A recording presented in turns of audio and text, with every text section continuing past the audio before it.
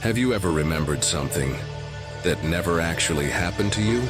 A dark room, a voice whispering your name, a hallway that stretches longer the more you walk. You try to shake it off. Just a dream, you tell yourself. But what if it wasn't? What if someone else's nightmare slipped into your memory? Tonight you're about to hear 15 chilling stories. But they won't feel like stories for long, because each one has a way of planting itself in your mind. Not to entertain you, but to wait. These tales have been collected from the edges of reality, from those who dared to speak before silence swallowed them. So turn down the lights, put your back to a wall, and whatever you do, don't forget what you're about to hear. Because after this, your mind may never feel like it's fully yours again. Picture yourself as a 9-year-old, lying in bed in a creaky old farmhouse miles from anyone who could hear you scream.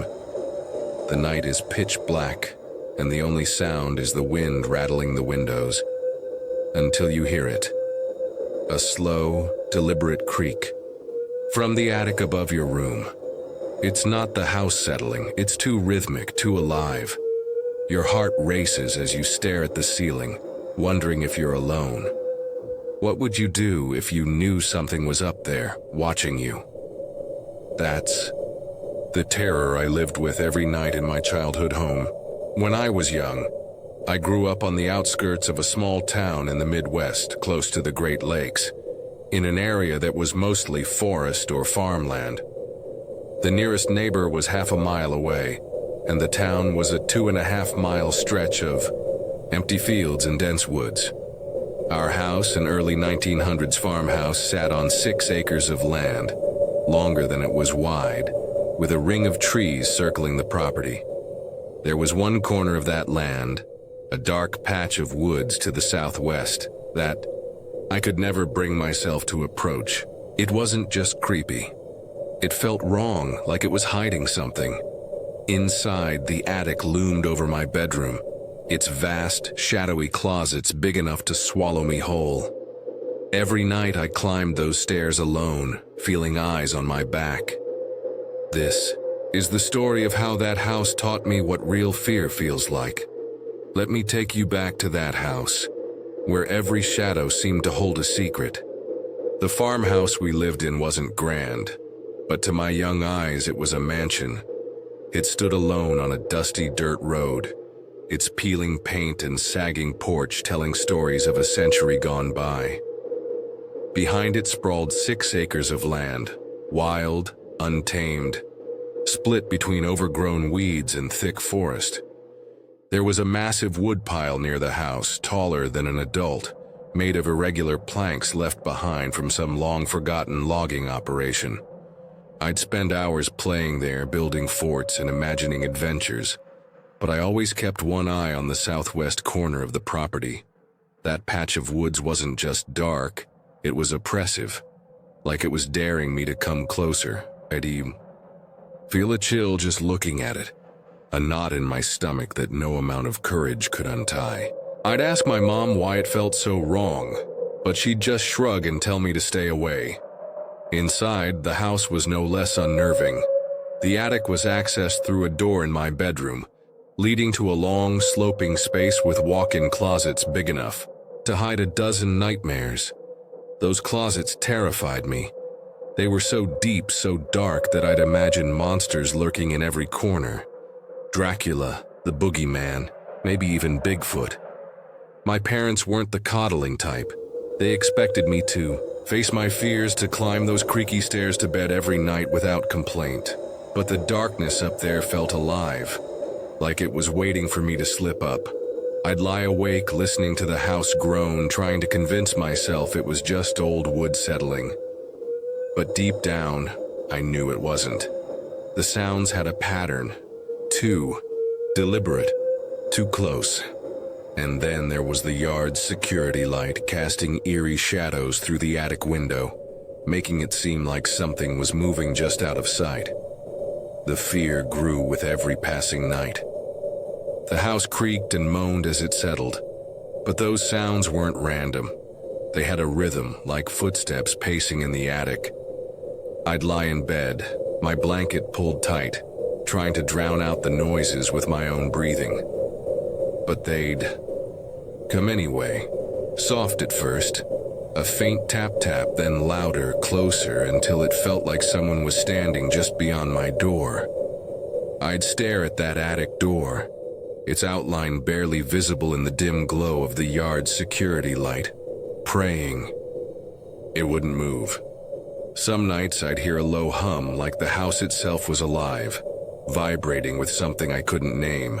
I wanted to scream for my mom, but she was downstairs and my siblings were too old to care. I was alone with my fear. One night the noises changed. Instead of the usual creaks, I heard a slow scraping sound, like something heavy being dragged across the attic floor.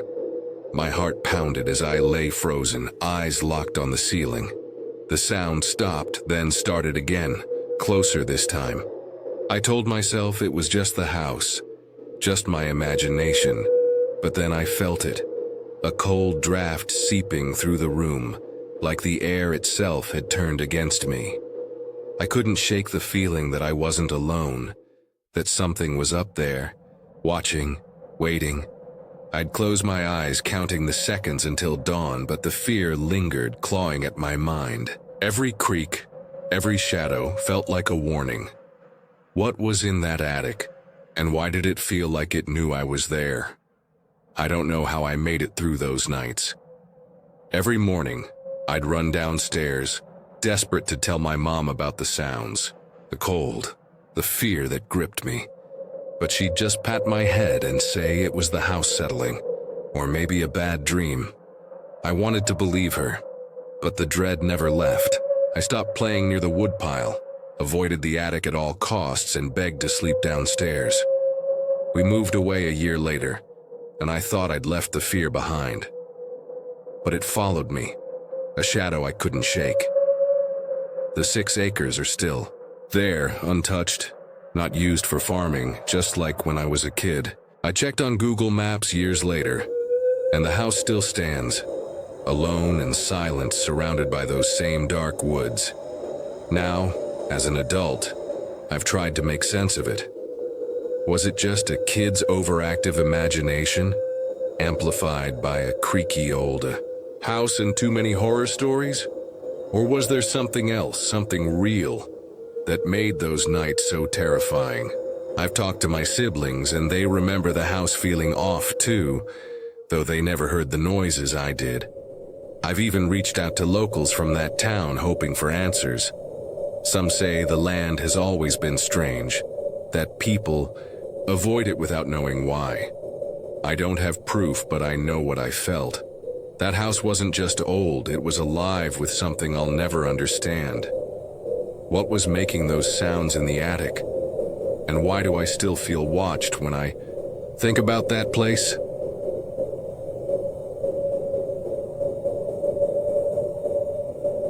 It was 1 a.m. when the silence broke.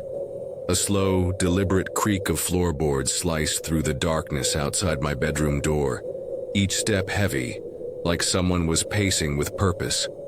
I was 9. Alone in an old Midwest farmhouse that groaned like it was alive. My name's Caleb, and in 1995 I faced a night I'll never forget. The creaking wasn't random. Moved back and forth, steady, deliberate, as if whatever was out there wanted me to hear it. My heart pounded, my blanket a flimsy shield against the unknown. Mom was asleep downstairs, Dad was away, and my brother Josh was out. His truck had roared off hours ago. The house sat miles from any neighbor, surrounded by endless cornfields. No one could hear me if I screamed. The air grew heavy, cold, like a presence was pressing closer.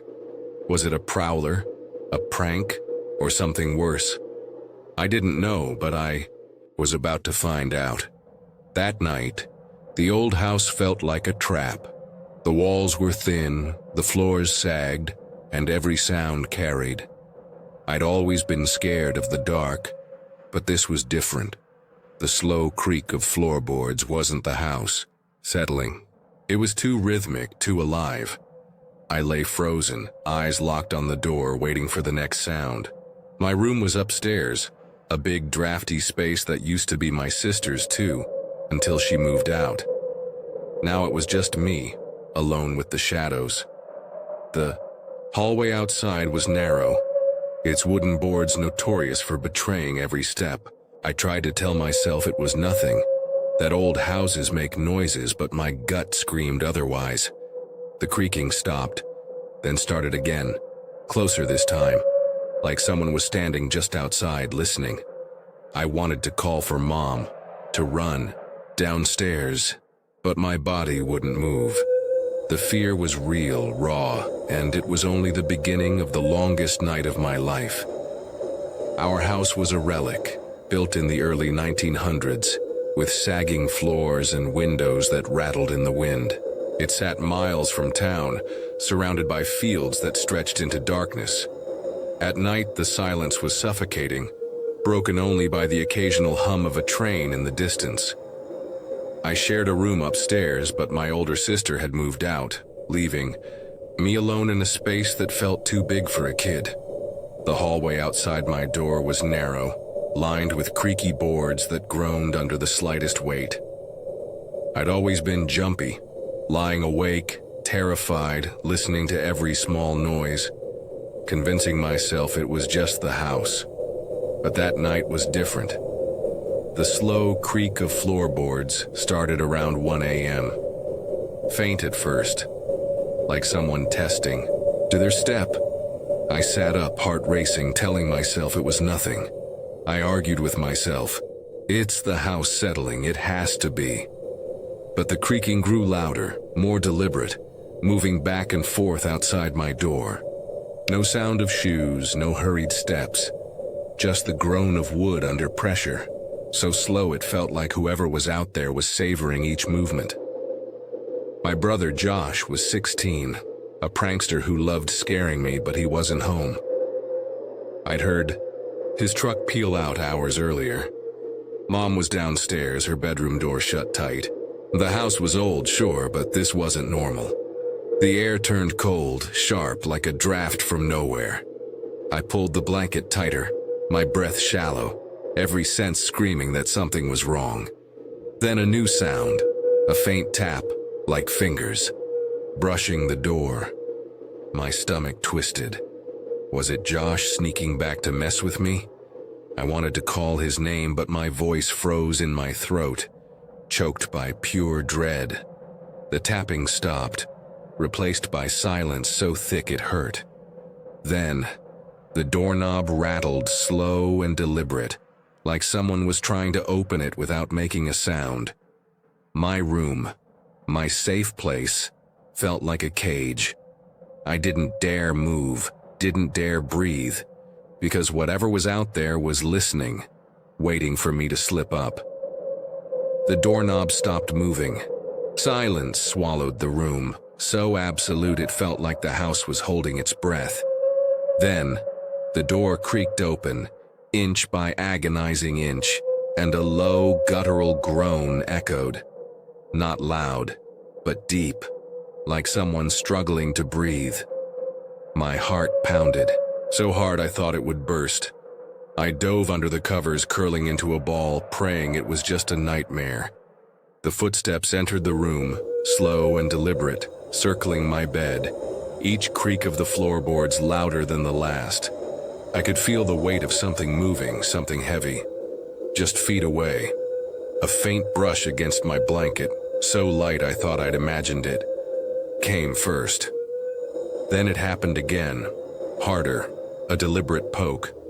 Then another, like someone was testing if I was awake. My body shook, every nerve screaming to run, but I was paralyzed. The air grew colder, my breath shallow, barely escaping my lips. The groans came again, sporadic, painful, like an old person in distress. But no one in our house sounded like that. I squeezed my eyes shut, telling myself it was Josh, that he'd snuck back to scare me. But the pacing didn't stop, and the pokes grew sharper, more insistent, like they wanted me to react. I thought of yelling for Mom. She'd hear me from downstairs. But the dread choked me, made screaming impossible. Time dragged on, minutes stretching into what felt like hours. I lost track of how long I lay there, trembling, the footsteps circling, the pokes relentless. My mind raced.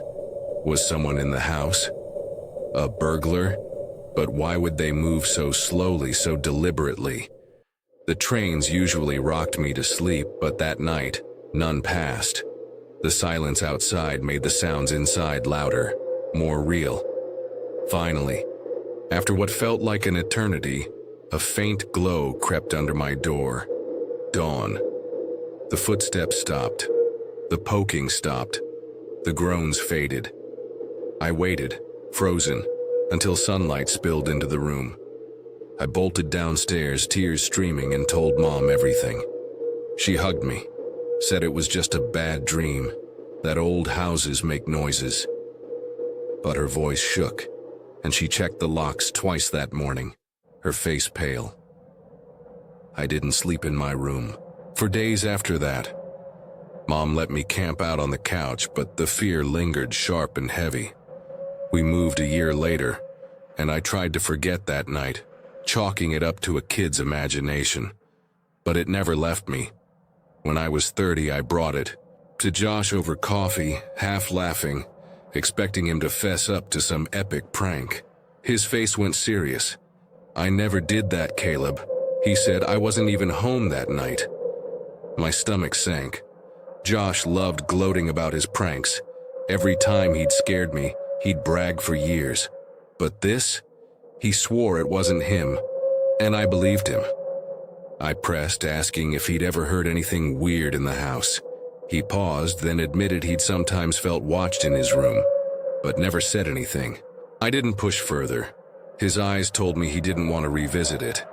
Now I'm older, and I've never gone back to that house. But last year I looked it up on Google Maps. It's still there, unchanged, surrounded by those endless fields. I zoomed in on the upstairs window, my old room, and my heart skipped. For a split second, I thought I saw a shadow move. I told myself it was a glitch, a trick of the light. But that night, I dreamed of the footsteps again, circling, waiting. Was it a prowler, a neighbor messing around, or something else, something we'll never understand? I don't know.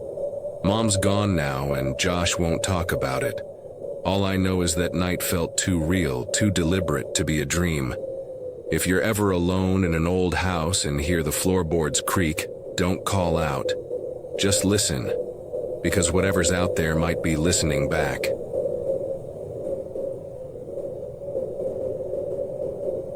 What would you do if you saw something in the dark that wasn't supposed to exist? Last summer, I was alone on the Pacific Crest Trail, deep in Northern California, when I stumbled into a nightmare. My name's Alex, and this past year I hiked a Pacific Crest Trail, seeking solitude on a 600-mile trek. But on a remote ridge near Shasta, under a sky too quiet to trust, I found something that's haunted me ever since, something that's still out there, watching. I'd set up camp at dusk, the mountains glowing like embers as the sun sank. Exhausted, I crawled into my tent, ready to crash, but sleep wouldn't come. The air felt wrong, heavy, like a storm was brewing without clouds. There is just a sort of silence that pervades it which can feel ominous, a stillness that screamed, I wasn't alone. Then I saw it through the tent's mesh. A white light in the valley, maybe about a quarter to half a mile away, steady and cold, like a star that had fallen to earth. It wasn't human. No flashlight, no campfire could burn that way. My pulse hammered. I grabbed my phone, desperate to record, but the screen showed only darkness. Then a second light appeared. Another light, though it was an orange light, slowly. Circling the white light, it was also slowly morphing into a shape as it circled. It danced with an eerie grace, shifting from a glowing orb to something almost alive, pulsing with purpose. I couldn't move, couldn't breathe. My gut screamed that this wasn't just lights. It was something aware, something that saw me. Every fiber of my being told me to stay put, but the lights pulled at me, daring me to look closer. What were they? Why here, in the middle of nowhere? I didn't know it then, but that night would drag me into a mystery I couldn't escape. A secret hidden in the silence of the forest, waiting to be uncovered. One wrong step, and I'd be part of it forever. I sat up in my tent, eyes locked on the lights.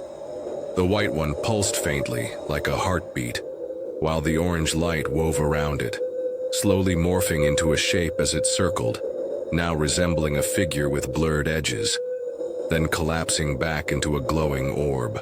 It wasn't erratic like a drone or fleeting like a shooting star. It moved with intent, as if it knew I was watching. My breath caught in my throat.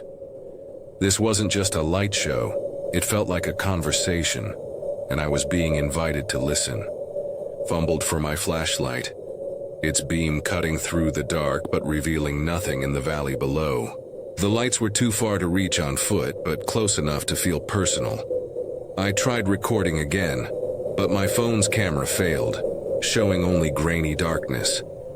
Frustration mixed with fear. Why couldn't I capture this? NorCal was the only section that was definitely a little bit unnerving to me, and now I understood why. The silence wasn't just absence of sound. It was a presence, heavy and watchful, pressing against my chest. Then, something shifted. The orange light paused, hovering, and for a split second I swear it turned toward me. Not just in my direction, at me. My skin prickled and a low hum filled the air. Not from the wind, but from something alive, vibrating through the ground. I clutched my sleeping bag, torn between bolting and staying. What if I got closer? What if I didn't? The hum grew louder, and the white light flared, casting eerie shadows on the trees. It was calling me, daring me to step into the unknown. I don't know how long I watched, minutes, maybe hours. Time felt slippery, like the lights were bending reality itself. Rain started around midnight, a soft patter on my tent. But when I peeked out, I still saw both lights, one white stationary light and one orange morphing light, undimmed by the storm. They were still there at 4 a.m. when I woke to use the bathroom, their glow piercing the mist. I whispered to myself, this isn't normal, but part of me didn't want it to stop. Whatever those lights were, they were more than a mystery, they were a warning, and I was already too deep to turn back. The next morning, the lights were gone, vanished with the sunrise, leaving only questions. I packed up, shaken but determined to keep hiking. But the unease lingered like eyes on the back of my neck. 2 days later, near the Shasta Trinity Forest, it happened again. Something that tied the lights to a new kind of terror. I was trekking, alone, the trail winding through dense brush, when I heard it. A violent rustling, like something massive was charging through the undergrowth. I noticed about 100 FT away from the brush was being sort of flattened by something. It reminded me of something that you'd see in Jurassic Park. The plants bending and snapping as if a predator was tearing through. My pulse spiked. I froze, scanning the trees, expecting a bear or a cougar. But there was no growl, no snapping twigs, just a sort of silence that pervades it, which can feel ominous. The same eerie quiet from that night. Whatever it was moved fast, too fast, heading straight for the trail. If I kept walking, we'd collide. I shouted, "Hey, stop!" And impossibly it did. The rustling ceased, but the silence was worse, like the forest was holding its breath again. I stood there, heart hammering, waiting for movement, but nothing came. No eyes glinted in the shadows, no footsteps crunched, just nothing. I started talking, rambling to whatever was out there. "I'm just passing through, no trouble here." My voice trembled, but I kept moving, glancing back every few wee steps. The brush stayed still, but I felt it. Something watching, waiting, biding its time. Then a new sound. A faint hum like the one from the night of the lights. It was distant but unmistakable, coming from the direction of the flattened brush. My stomach dropped. Were the lights and this thing connected? Had they followed me? I picked up my pace, the trail blurring under my boots. The hum faded, but the feeling of being hunted didn't. I kept imagining the orange light morphing into that unseen force, stalking me through the trees. When I finally reached a clearing, I collapsed, gasping, checking my map to confirm my location. The forest was silent again, but it wasn't empty.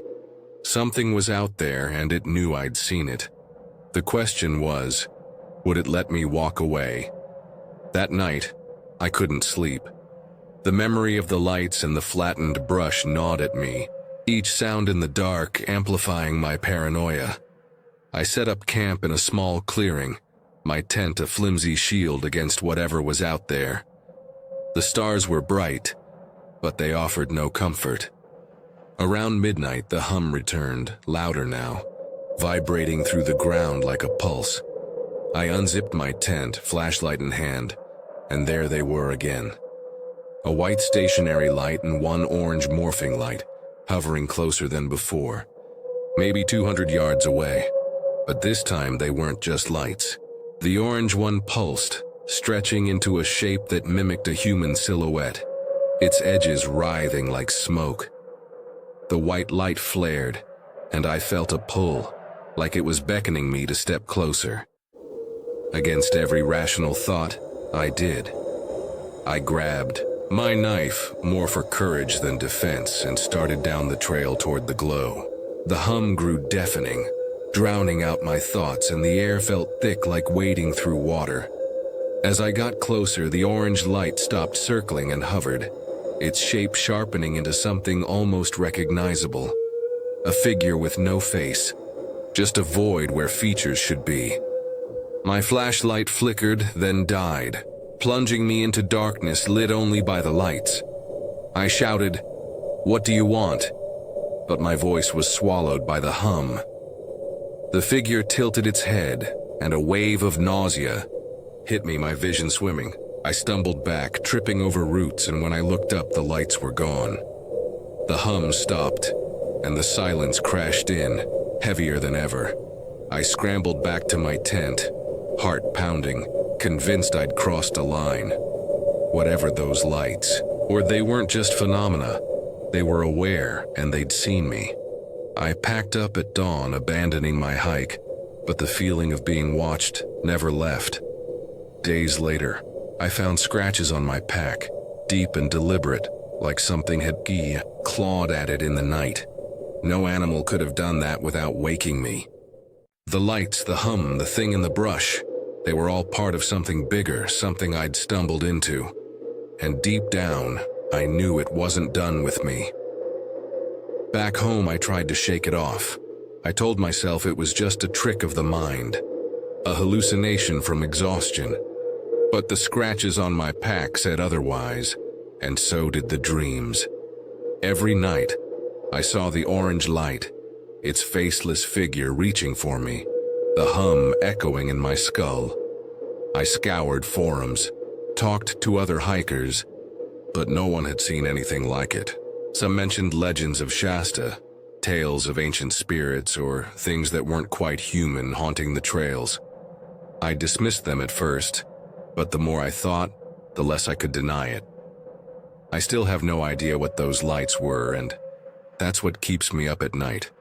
Were they a warning, a lure, or something else entirely? The forest felt alive that week, like it was hiding a secret it didn't want me to know.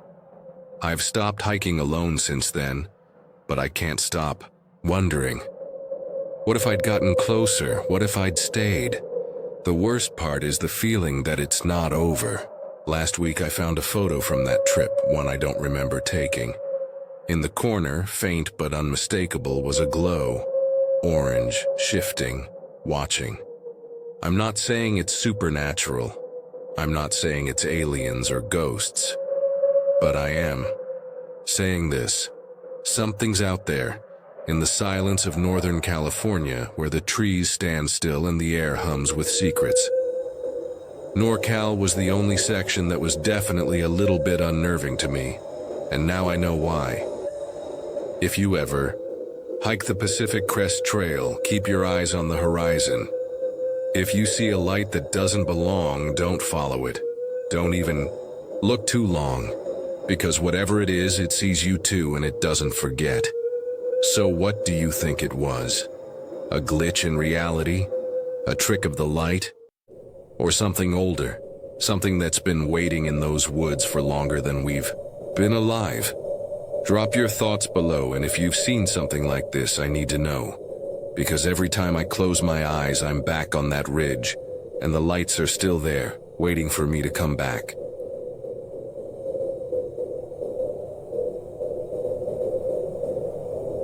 Imagine this.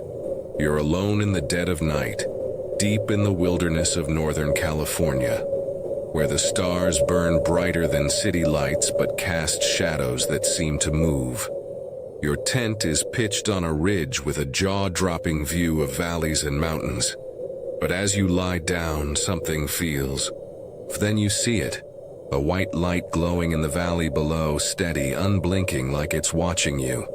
And circling it, an orange light, morphing, twisting, moving with a purpose no human could explain. Your heart races, you're miles from civilization. What the hell is that? My name's Jake, and this isn't some campfire tale I made up to spook my friends. This happened to me last summer on a solo trek through the Shasta Trinity Forest. I'd hiked 600 miles of the Pacific Crest Trail, camped in places so remote you could scream and no one would hear. But this night, this spot, it changed me. The lights weren't the only thing I saw that night, weren't stars or drones or anything I could name. They were something else, something that made me question everything I thought I knew about the world. And that was just the beginning. Let me take you back to that night. I'd set up camp on a ridge with a 360-degree view, woods stretching endlessly below, mountains piercing the sky. It was perfect. Too perfect, maybe. After a killer sunset, I crawled into my tent, ready to crash. But as I lay there staring out through the mesh, I saw that white light, maybe a quarter mile away. Not near my tent, not close to any road or cabin, just there. I figured it was a hiker's lantern or some weird reflection.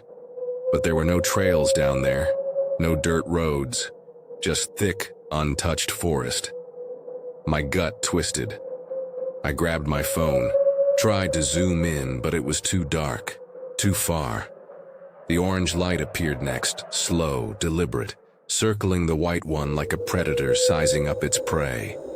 I watched those lights for what felt like hours, my eyes straining against the dark. The white light didn't move, just sat there, pulsing faintly, like a heartbeat in the void. The orange one, though, it was alive.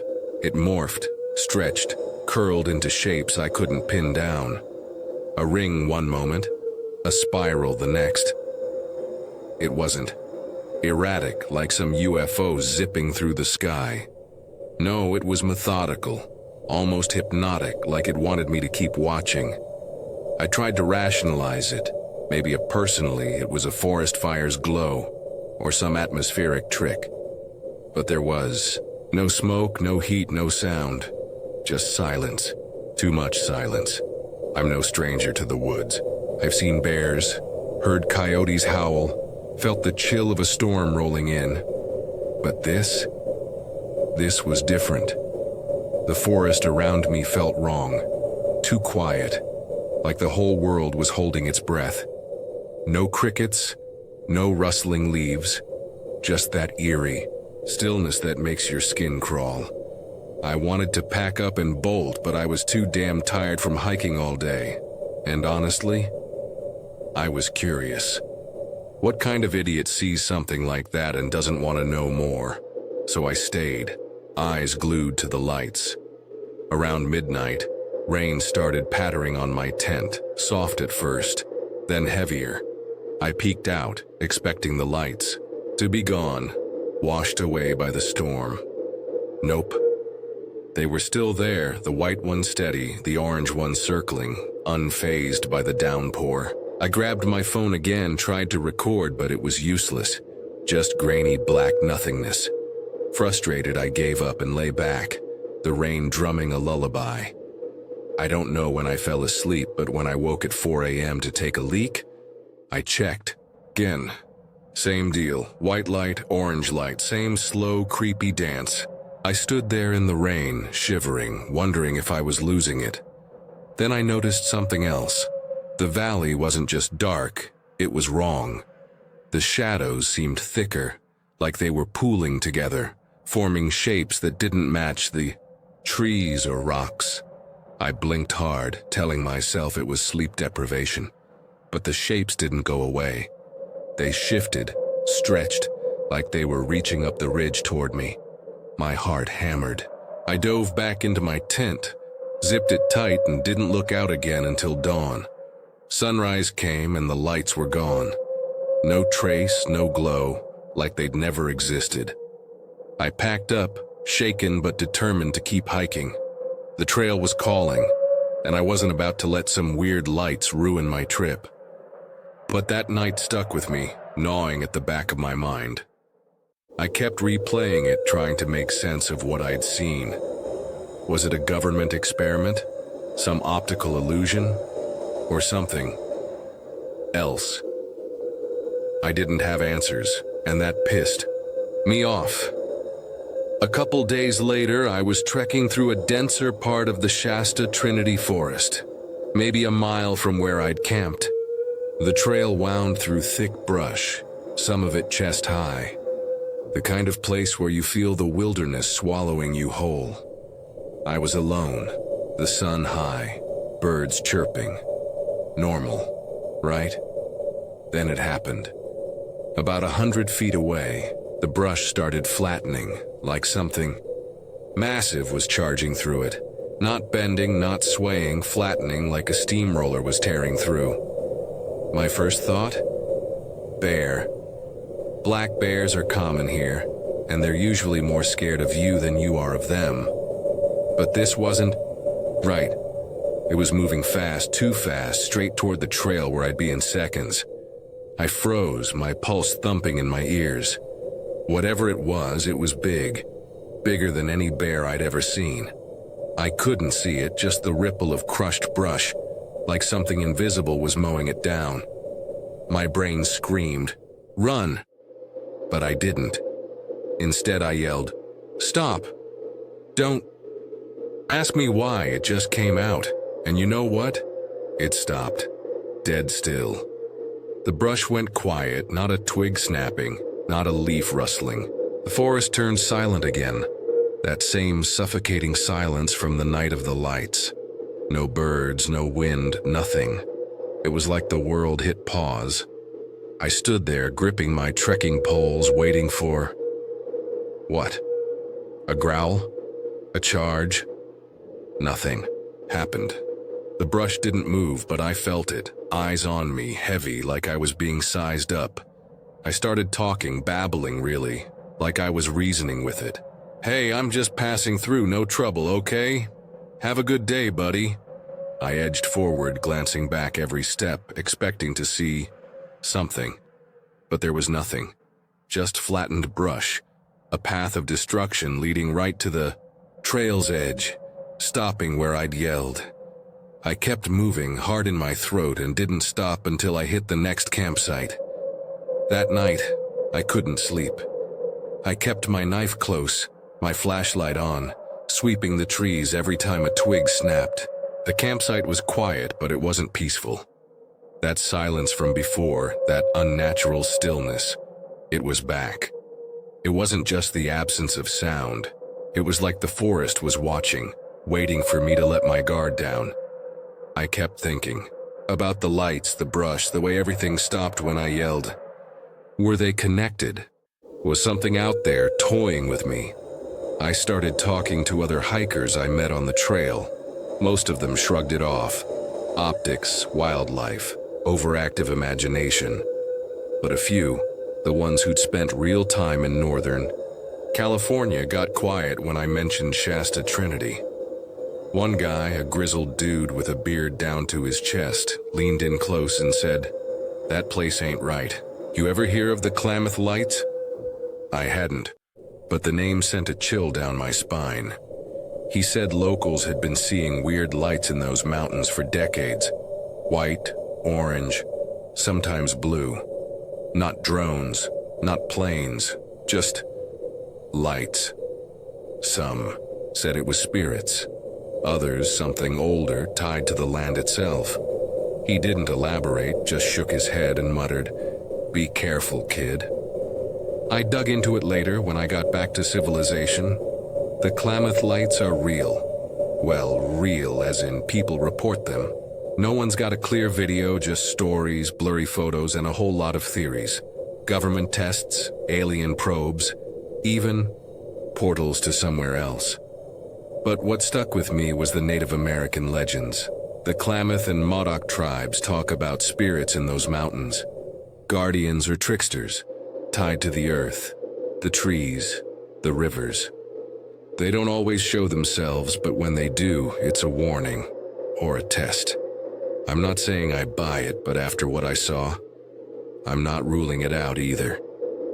The more I thought about it, the more it messed with me. Those lights, that flattened brush, they weren't random. They felt personal, like whatever was out there knew I was alone, knew I was watching. And that silence, it wasn't just quiet, it was oppressive, like it was trying to drown out my thoughts. I started wondering, what if I'd stayed longer that night? What if I'd followed the lights or gone into the brush? Would I still be here telling this story? Or would I be another hiker who got lost in the Shasta Trinity, never seen again? I finished my hike, made it through Oregon and Washington, but Northern California stuck with me like a splinter in my mind. I've been back to the trail since, but I haven't gone near Shasta Trinity again. Call me a coward, but I'm not ready to tempt whatever's out there. The lights, the brush, the silence, they're burned into my memory, haunting my dreams, making me jump at shadows. In the city, I keep asking myself, was it all in my head? Or did I brush up against something real, something that doesn't want to be found? Here's the thing. I'm not a believer in the paranormal. I'm a skeptic, a guy who trusts his eyes and his gut. But what I saw that night, what I felt in those woods, it shook me to my core. It made me question what's out there, beyond the maps, beyond the science. And it made me wonder about the stories we dismiss. Ghost lights, forest spirits, things that watch from the dark. Maybe they're not just stories. Maybe they're warnings. So, I'm putting this out there for you. Have you ever seen something you can't explain? Lights in the night, sounds in the woods, a feeling like you're not alone? Drop it in the comments. I need to know I'm not crazy. And if you've heard of the Klamath Lights or know anything about Shasta Trinity, spill it. Because I'm still searching for answers, and I'm betting some of you have stories that'll make my blood run cold. Before I go, a quick shout out to my Patreon supporters. You keep these stories coming. If you want more creepy tales like this, hit that subscribe button and ring the bell. Trust me, you don't want to miss what's next. And if you're hiking out there, especially in Northern California, keep your eyes open. Because once you see those lights, once you feel that silence, there's no going back. Stay safe, stay curious, and I'll see you in the next one.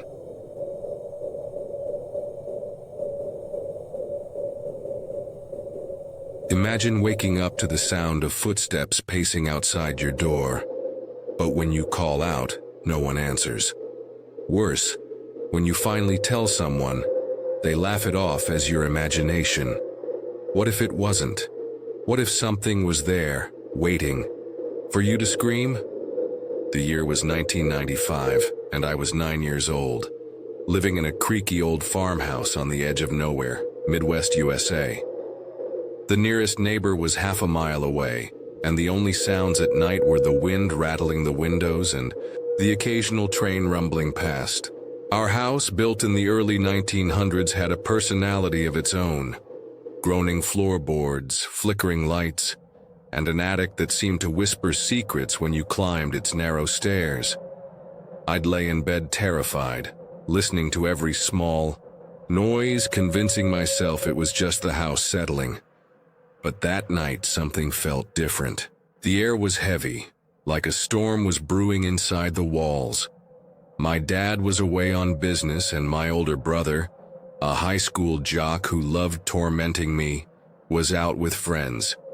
It was just me and Mom in that big, empty house. My bedroom, tucked in the attic, had a slanted ceiling and a closet big enough to hide a dozen monsters. Most nights I made the ascent to my room crying in fear, the stairway's single bulb casting shadows that danced like ghosts. That night, I'd fallen asleep to the distant rumble of a train, but something woke me.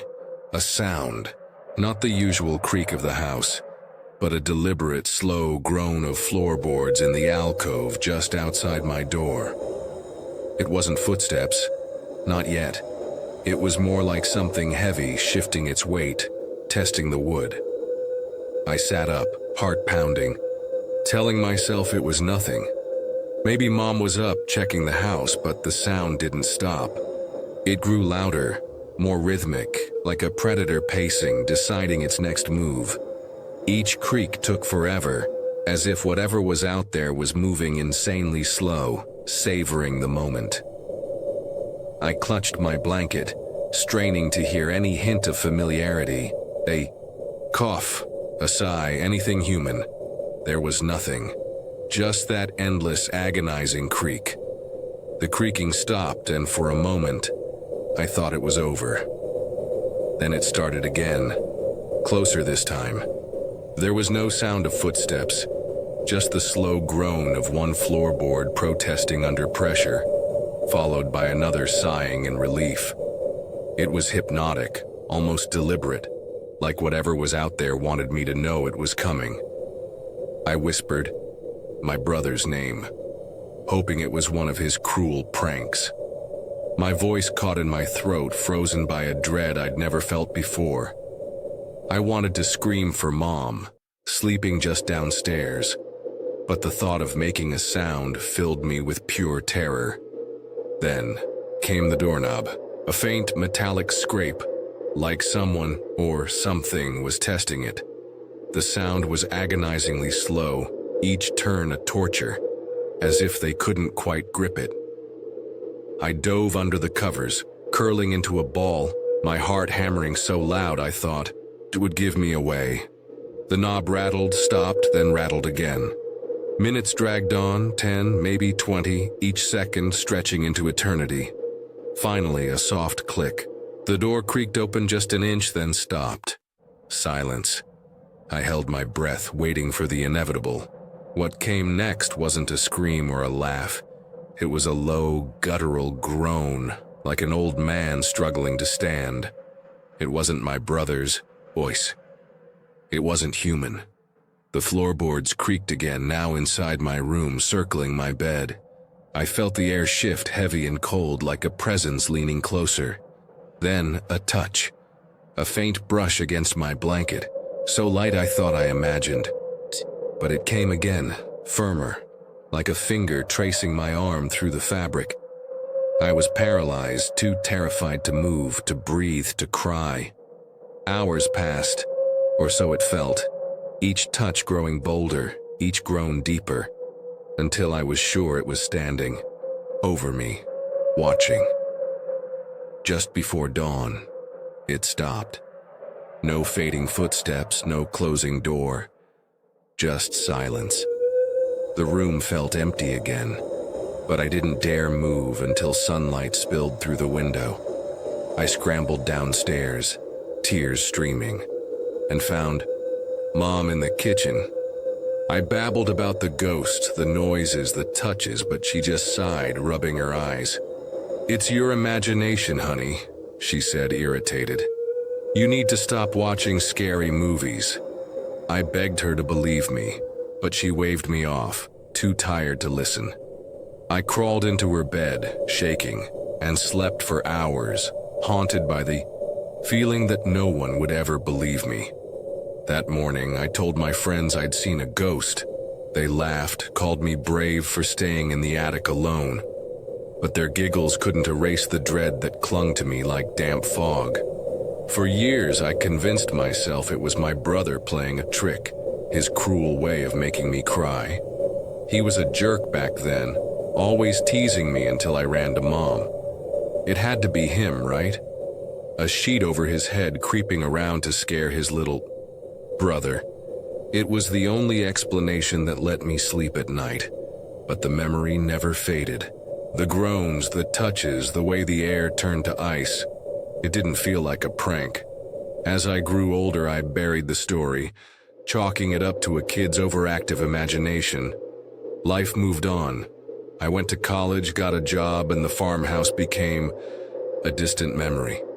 But last Christmas, everything changed.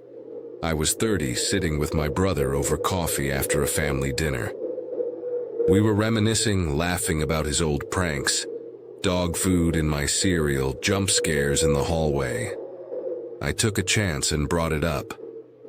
"Remember that night you dressed as a ghost to scare me? The footsteps, the door?" His face froze. "I never did that," he said, his voice flat.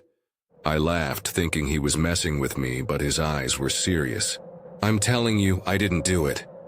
My stomach dropped. He remembered every prank, every single one, but not this.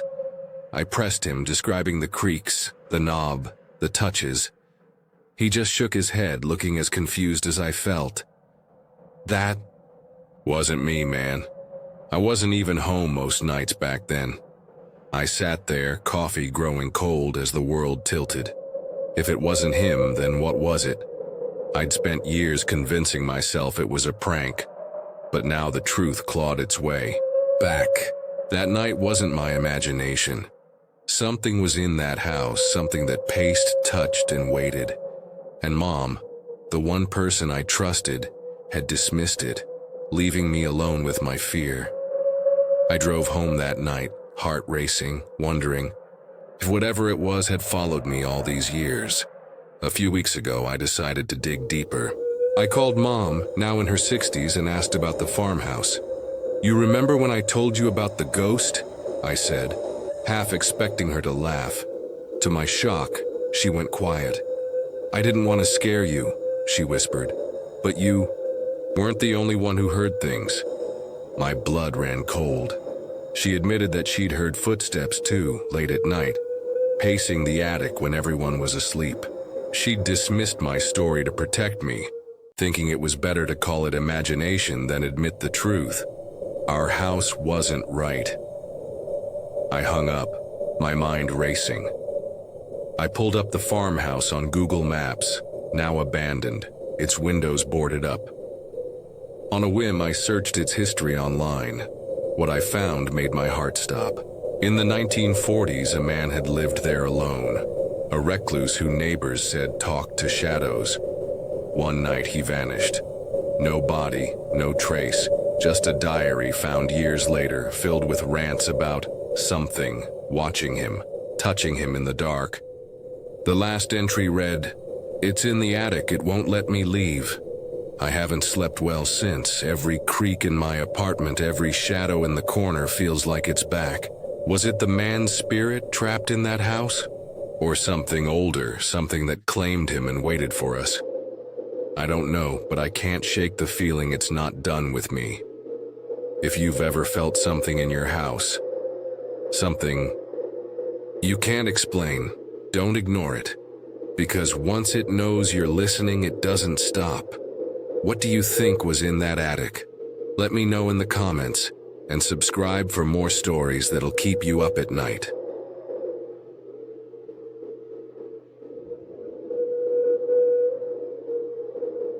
10 years ago, my mom sat me down, looked me in the eye, and said my best friend never existed. My stomach dropped. I could still hear Lila's laugh, see her orange hair glowing by the lake, feel the summer sun as we skipped stones together. She was as real as the ground beneath my feet. So how could she vanish without a trace? That question has haunted me ever since, a puzzle with no answers. I was 11, new to a small town, desperate for a friend. When I was 11, we first moved to California near the Use area. Lots of forest and small lakes near where I lived. Everything felt foreign after leaving Washington, but I found a haven by a lake with a little waterfall, where the air buzzed with summer magic. One of those days, I'm walking to the lake and I spot someone by the waterfall. A girl around my age. Orange. Hair, freckles with an accent I later figured was Tennessee. Her name was Lila, and we became inseparable, exploring dirt paths and sharing secrets. But there was something strange. She never let me meet her grandma, who she said lived nearby. I brushed it off, too happy to question it. Looking back, those days by the lake were the start of a mystery that still keeps me up at night. Who was Lila, and why does no one else remember her? That summer in UC was a blur of heat and adventure, with Lila at the center of it all. We'd meet at the end of her grandma's driveway, where she'd wait for me, her orange hair glowing in the sunlight. The lake became our sanctuary, its cool water and gentle waterfall a backdrop to our endless talks. I'd ramble about video, games, and my old school in Washington, while Lila shared stories of her life, vague tales of a hometown she never quite named. She had this way of listening, head tilted, eyes bright, that made me feel like I mattered. But there were rules to our friendship. Lila insisted we keep our walks just the two of us, no one else.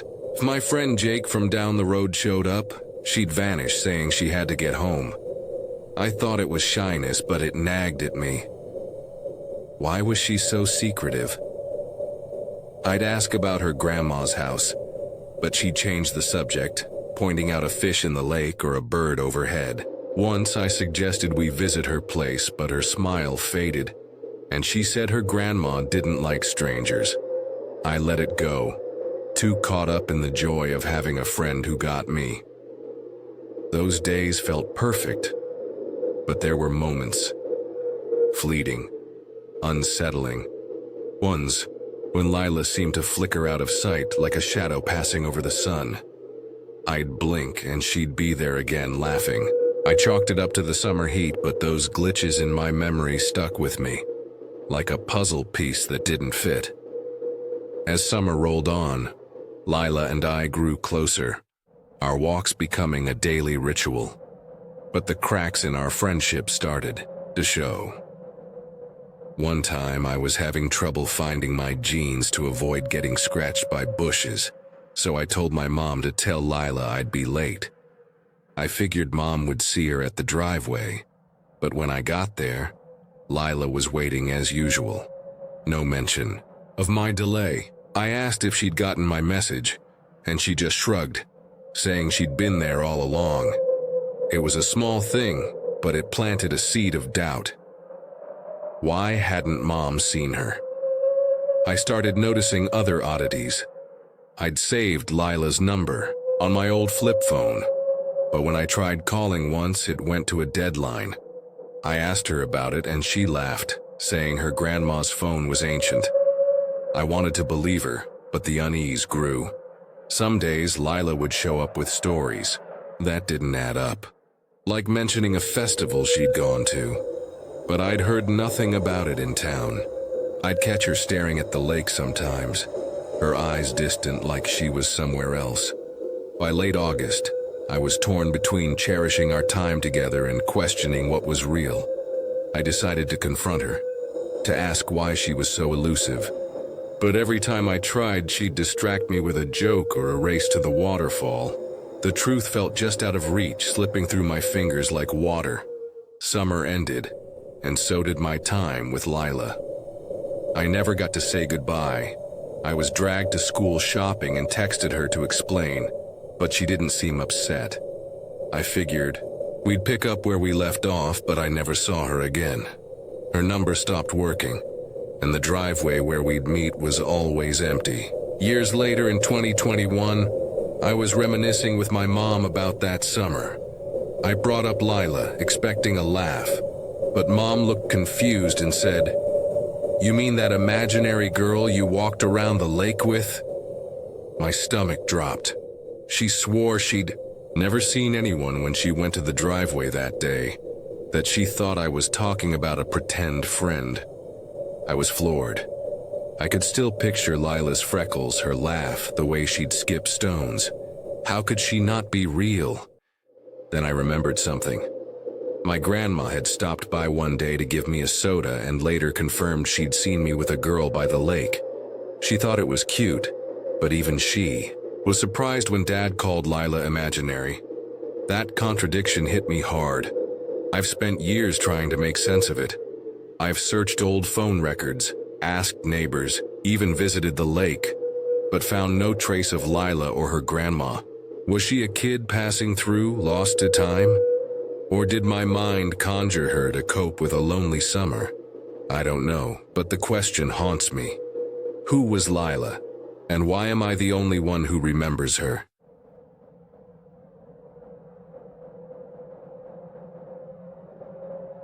A faded sign loomed in my headlights. Mount Coulon, 15 kilometers. My stomach dropped. Mount Coulon was a ghost town, a place no one went unless they were lost or desperate.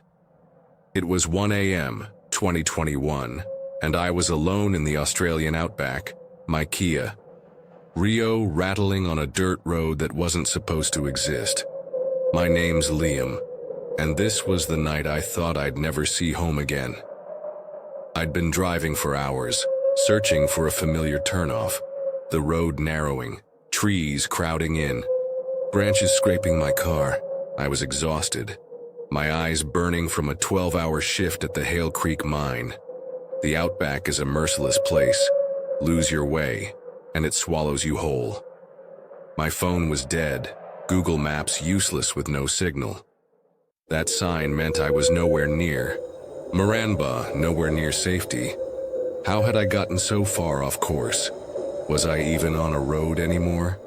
The darkness pressed closer, and I realized I wasn't just lost.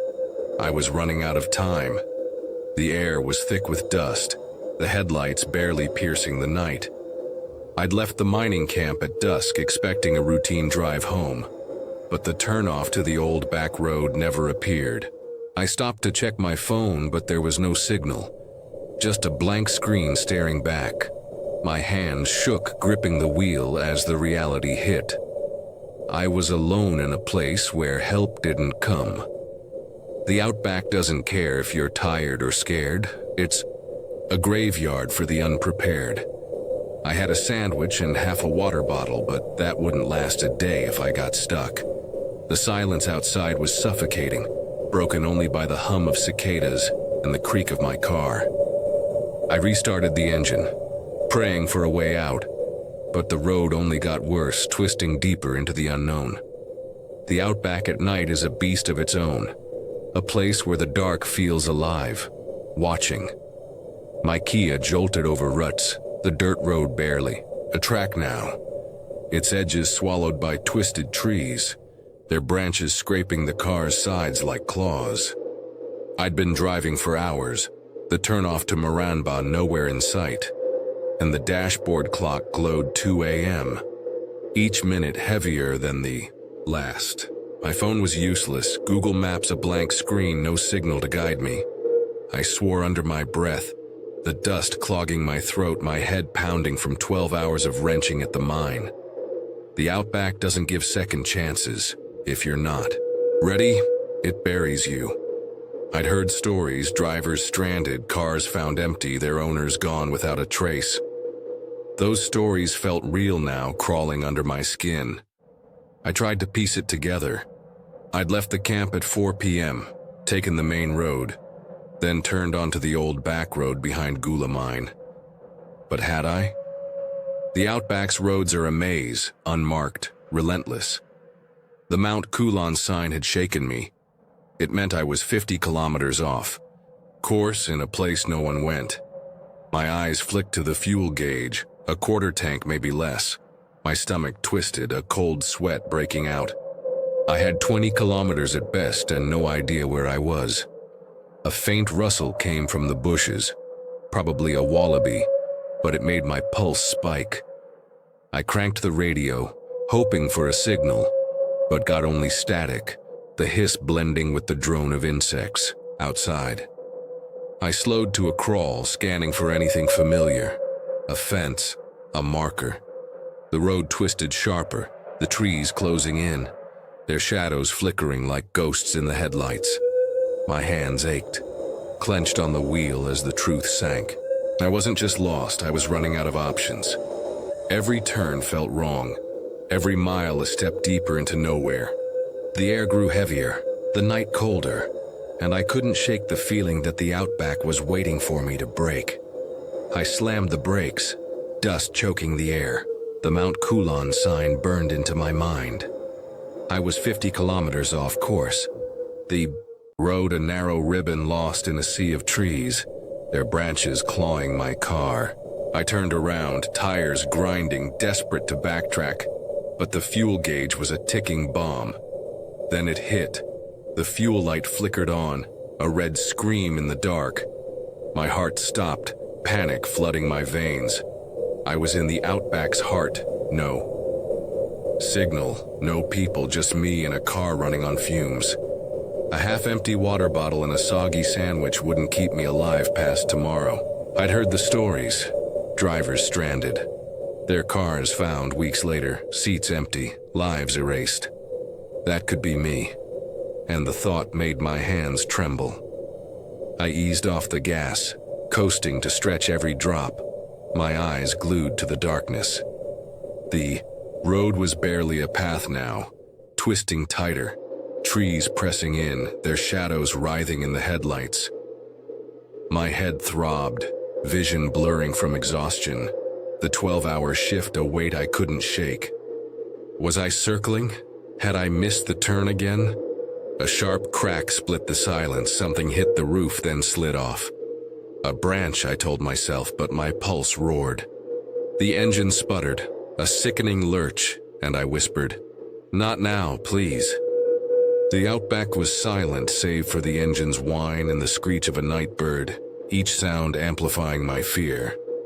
I gripped the wheel, muttering, "Stay calm, Liam, you'll make it." But the fuel light blinked faster, the needle buried in red. My mind raced. What if I ran dry? Would anyone find me? The Outback didn't care. It was a predator, and I was prey. Time blurred. The clock reading 3:30 a.m. My eyelids sagged. The road a hypnotic blur. Then a glimmer. A faint glow on the horizon. I blinked, thinking it was a trick, but it grew stronger. The Gula Mine's CPP lights, a lifeline in the void. I was near the T intersection, the turnoff to Moranbah. Relief surged, but the engine coughed, the car shuddering. I coaxed it forward, whispering, "Just a bit more." The road widened, trees thinning, and there it was, the intersection, bathed in the mine's glow. I turned right, the Kaya limping, every jolt a threat. The lights grew brighter, the road smoother, and I saw signs of life. A rusted gate, a faded marker. I pulled into my driveway at 6 a.m., the tank empty, my body shaking. I'd survived, but the Outback's shadow clung to me, a warning I couldn't ignore. I collapsed on my couch, Emma's arms around me, her voice trembling as she said I was lucky to be alive.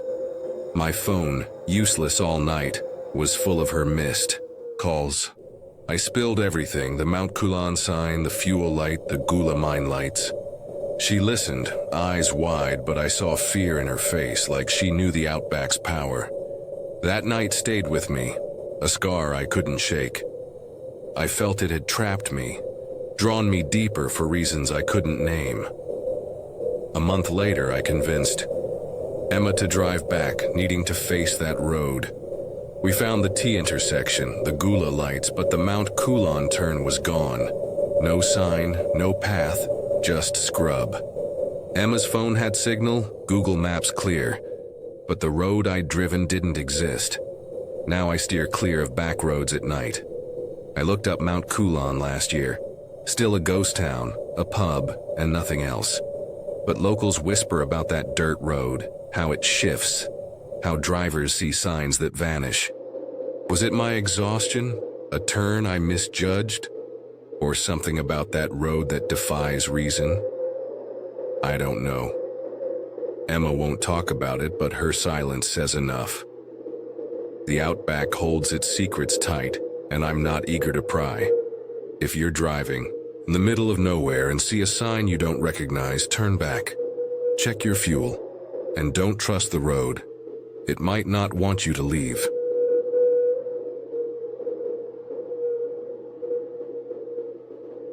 The Outback at midnight is a void, a black, endless sea where your headlights are the only thing keeping you sane. I was driving home, my fuel light flashing, when a sound sliced through the silence. A swooping, whooshing roar above my car. I looked up, and two red eyes burned through the dark, staring right into my soul. My name's Ethan Carter, and in 2021, I worked maintenance at a coal mine in Queensland, Australia. I just finished a brutal 7-night stretch of 12-hour shifts, barely sleeping, my body running on fumes. The drive home was my only escape, a chance to blast AC/DC and let the dirt roads carry me back to reality. But that night, reality slipped away. I was driving for what seemed like forever, trying to find the turnoff on the old back road behind Goodell Mine, but it never came. My phone was useless. No signal, no GPS. The road twisted through skeletal trees, their branches scraping my Kia Rio like fingers begging me to stop. I was definitely lost, the fuel gauge dipping into the red. The nearest town, Mount Coulon, was a relic, abandoned when the railway left decades ago. Locals told tales of prospectors who vanished there, their screams swallowed by the Outback. I scoffed at those stories, but the air felt wrong, thick, like it was pressing down on me. Then I heard it, swooping and whooshing noises above my car, faint at first, like a distant storm. I killed the radio, my heart thudding. The sound grew louder, rhythmic, like massive wings beating the night. A shadow flitted across my windshield, too big to be a bird, too fast to be human. I told myself it was nothing, but the Outback doesn't play tricks. It shows you truths you're not ready for. I floored the gas, the Kia rattling as the road narrowed. The whooshing followed, circling now closer. My headlights caught a rusted sign, Mount Coulon, 15 kilometers. I'd gone too far, but turning back wasn't an option. The fuel light screamed and I was alone, or so I thought. The sound became a roar, and I knew something was out there hunting me. The road was a blur, my tires kicking up dust as I pushed the Kia past its limits. The swooping and whooshing noises grew louder, a deafening roar that shook my bones. A thud hit the roof, like something massive had landed. I looked up and saw what I can only describe as a giant bat creature, with red eyes flying directly above my car. Its wings, leathery and monstrous, stretched wider than the road, blotting out the sky. It startled me, making me accelerate at a rapid rate, the speedometer screaming past 90 miles an hour. It glided down to my driver's side window, grimacing, its face inches from the glass. The thing wasn't a bat, it was a nightmare. Its skin glistened like oil, mottled and wrong, with jagged teeth gleaming in a twisted snarl. Those red eyes didn't just watch, they knew me, saw every fear I'd ever had. I was watching my speedometer reaching neck-breaking speeds, the car shaking like it would disintegrate. I swerved, screaming, but it matched every move, its wings slicing the air with a sound like tearing flesh. Then it just flew up and disappeared into the night. Air as quickly as it had appeared, leaving a silence so heavy it crushed me. I didn't stop, didn't look back. My hands trembled, my shirt soaked with sweat. My worst fear had happened. The fuel light flickered on my dashboard, a death sentence in the outback. I was miles from anywhere, no signal, no help. But then, a glow. The Goodell Mine's lights cut through the vast and empty void of darkness. I knew then and there I was within 10 to 15 kilometers of the intersection and the turnoff back home. I pulled over, gasping, and checked the car. The roof was clawed, deep gouges carved into the metal. Too precise for a branch or rock. Whatever that thing was, it had marked me. I sat there, heart pounding, replaying those eyes, that snarl. The outback felt alive, watching, waiting for me to make a wrong move. I drove on, praying the Kia's fumes would carry me home. The scratches on the roof weren't just damage, they were a warning. I stumbled into my apartment at 6 a.m., my girlfriend Sarah, furious after a night of missed calls. I spilled everything. The road, the creature, the scratches. She listened, but her eyes said it all. You were exhausted, Ethan. It was a hallucination. The experience impacted me, recurring in nightmares, those red eyes burning through my sleep. I awoke one night sweating, my heart racing, the screech echoing in my skull. I couldn't drive at night without scanning the sky. Couldn't close my eyes without seeing that snarl. The outback had changed me, and I hated it. It seemed to have entered my dreams, a shadow that wouldn't leave. Sarah saw the toll, my silence, my paranoia. You need to let this go, she said. But the scratches on my car were proof it was real. I spoke with my partner, and we agreed to go back and investigate the back road at Mount Coulon at night. I had to face it, to prove. It wasn't in my head. Sarah, skeptical but curious, agreed. We're not going unprepared, she insisted, packing food, water, a first aid kit, and my hunting knife. We left at dusk, her Mitsubishi Mirage cutting through the outback's silver moonlight. The road felt alive, the same oppressive air pressing down. We passed the mine, the rusted Mount Coulon sign, every mile tightening the knot in my stomach. Sarah's hand gripped mine, her eyes darting to the sky. The radio crackled, spitting static, then a low hum like a swarm of locusts. "What's that?" she whispered. The hum became a whoosh, the same sound that had hunted me. My blood ran cold. It was back. We slowed, headlights sweeping the dirt. The whooshing circled us, louder, closer, but the sky was empty. Sarah clutched the knife, her voice shaking. "Ethan, drive." I wanted to, but something held me there, a need to see it again, to know I wasn't crazy. The air grew heavy, the moonlight dimming, like the outback was swallowing us whole. Whatever was out there, it wasn't done with me. The whooshing stopped, leaving a silence that choked the air.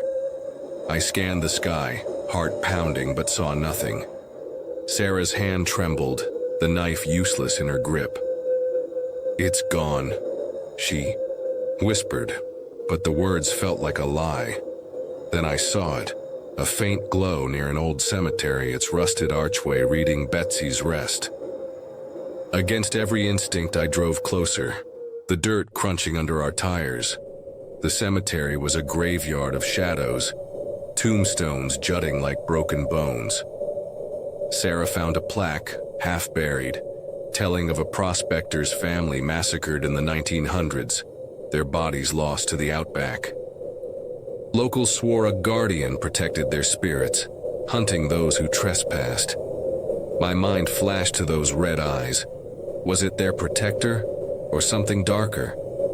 The whooshing roared back, a deafening storm. I looked up and saw what I can only describe as a giant bat creature with red eyes, its wings slicing the moonlight. It dove, its screech shaking the car. I slammed the gas, tires spinning as we fled. Sarah screamed, the knife clattering to the floor.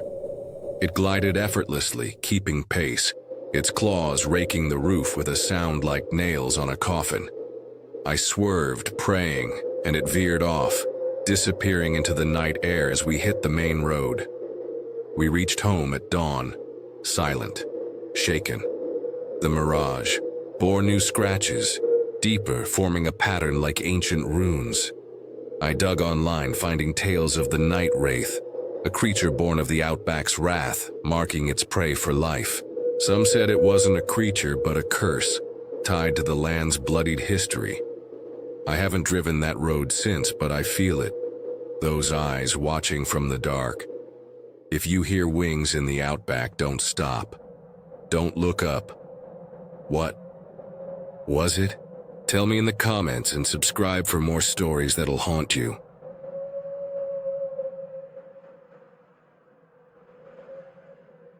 Some places are better left forgotten, but Mount Coolon called me back with a whisper I couldn't ignore. I'm Jake, a coal miner from Queensland, and last year, I drove into a nightmare I thought I'd buried. We set out at 6:30 p.m. and headed for the old back road, a dirt track twisting behind the mines, chasing a memory that haunted my dreams. But what I found in that abandoned town wasn't closure. It was a warning etched in darkness. Mount Coolon was a ghost town, its pulse snuffed out when the railway moved decades ago. By dusk, my girlfriend Sarah and I were deep in the outback, the road narrowing under looming trees. We were driving, slithering my way up to the TE intersection. Once we got to the intersection, I took the left turn, the path to a place that felt alive with secrets. The air grew thick, the silence oppressive, like the land itself was watching. Then I saw it. I saw off to my right, the entrance to what looked like a cemetery with an old and rusty archway. And above on the archway was in this rusty rough iron, lettering Betsy's Rest. The tombstones glowed faintly under the moon, rows of forgotten souls who'd worked this land. My skin prickled.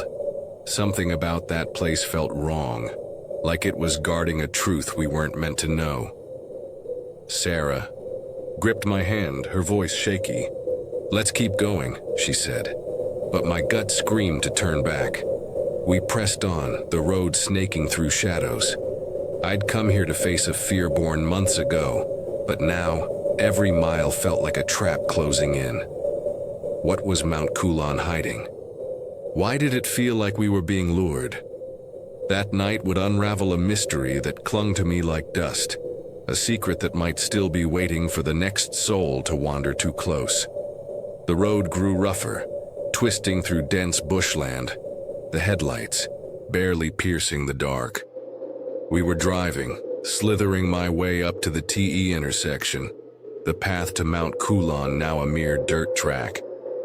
The silence was suffocating, broken only by the crunch of gravel under our tires. Sarah checked her phone. No signal, just like I'd feared.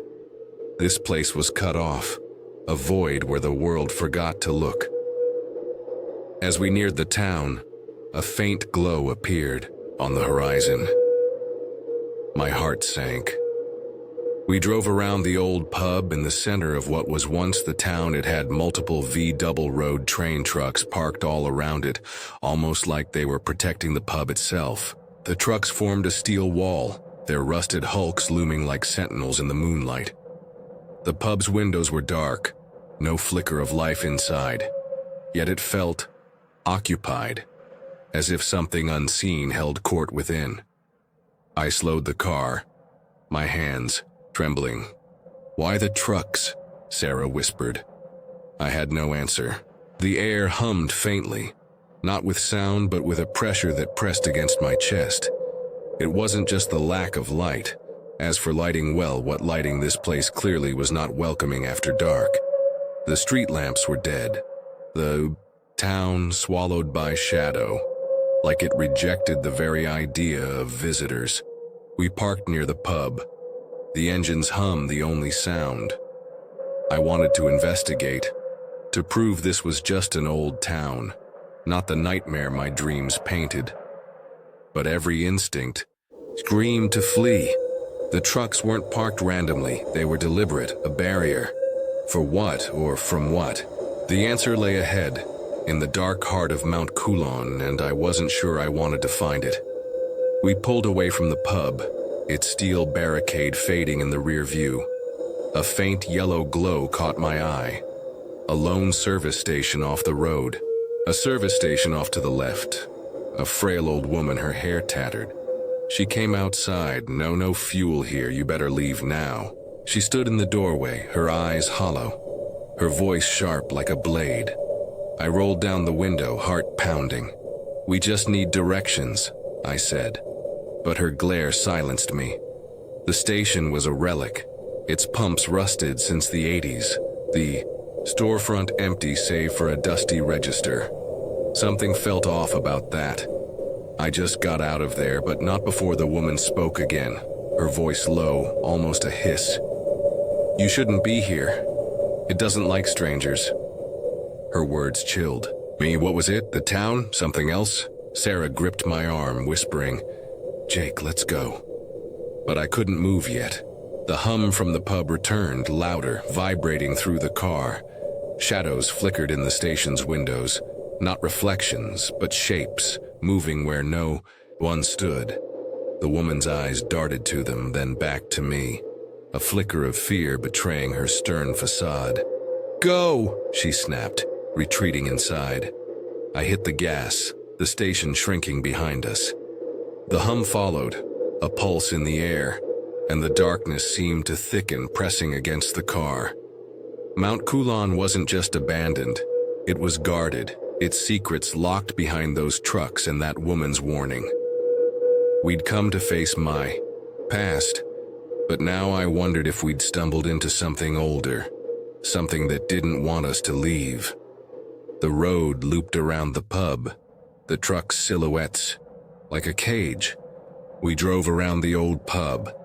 It had multiple V-double road train trucks parked all around it, almost like they were protecting the pub itself. I stopped the car, the hum now a roar in my ears. Sarah's voice trembled. Jake, we need to leave. But I couldn't. Not yet. I had to know what this place was hiding. I stepped out, the air cold and heavy like it was alive. The pub's door creaked open an inch, revealing nothing but darkness. Then a sound, a low, guttural moan, not human, echoing from inside. My ye. Flashlight flickered, its beam swallowed by the shadows. Something moved in the doorway, a shape too tall, too wrong, its edges blurring like smoke. My blood ran cold. This was no memory, it was real, and it was here. Sarah screamed, snapping. Me back. I dove into the car, slamming the gas. The hum surged, the truck seeming to shift, closing in. As for lighting, well, what lighting this place clearly was not welcoming after dark. The street lamps stayed dead, but a faint glow pulsed from the pub like a heartbeat. We sped away, the road twisting, but the hum chased us, vibrating through the chassis. I glanced in the rear view. Nothing but darkness. Yet I felt it. That thing watching. The town didn't want us to leave, but we'd seen too much to stay. Mount Coulon wasn't just a ghost town. It was a trap, and we'd walked right into it. The question was, would it let us go? We didn't stop until we hit the main road, the hum fading, the darkness loosening its grip. Back home I tried to shake it off, but Mount Coulon clung to me. Nightmares returned. Not of the creature from before, but of that pub, its door creaking open, that shape reaching out. Something felt off about that. I just got out of there, but I hadn't escaped. I dug into the town's history. Mount Coulon was built on blood, Gold prospector Thomas Culon killed locals, then himself, leaving a curse, some say. Locals avoid it, whispering of things that linger in the dark. I took the left turn to face my past, but stumbled into something older, something that marked me. Last week I found my jacket from that night, scratched like claws had torn it, though I'd felt nothing. I'm not saying it's ghosts or demons, but Mount Culon isn't empty. As for lighting, well, what lighting this place clearly was not. Welcoming after dark. Those trucks, that woman, that shape, they guard a secret, one I barely escaped. If you ever find that old back road, don't take the left turn. Don't stop at the pub. Whatever's there, it sees you and it doesn't forget. What was it? A cursed town? A trick of fear? Or something that's waited since Culon's blood? Soaked the earth? Drop your thoughts below.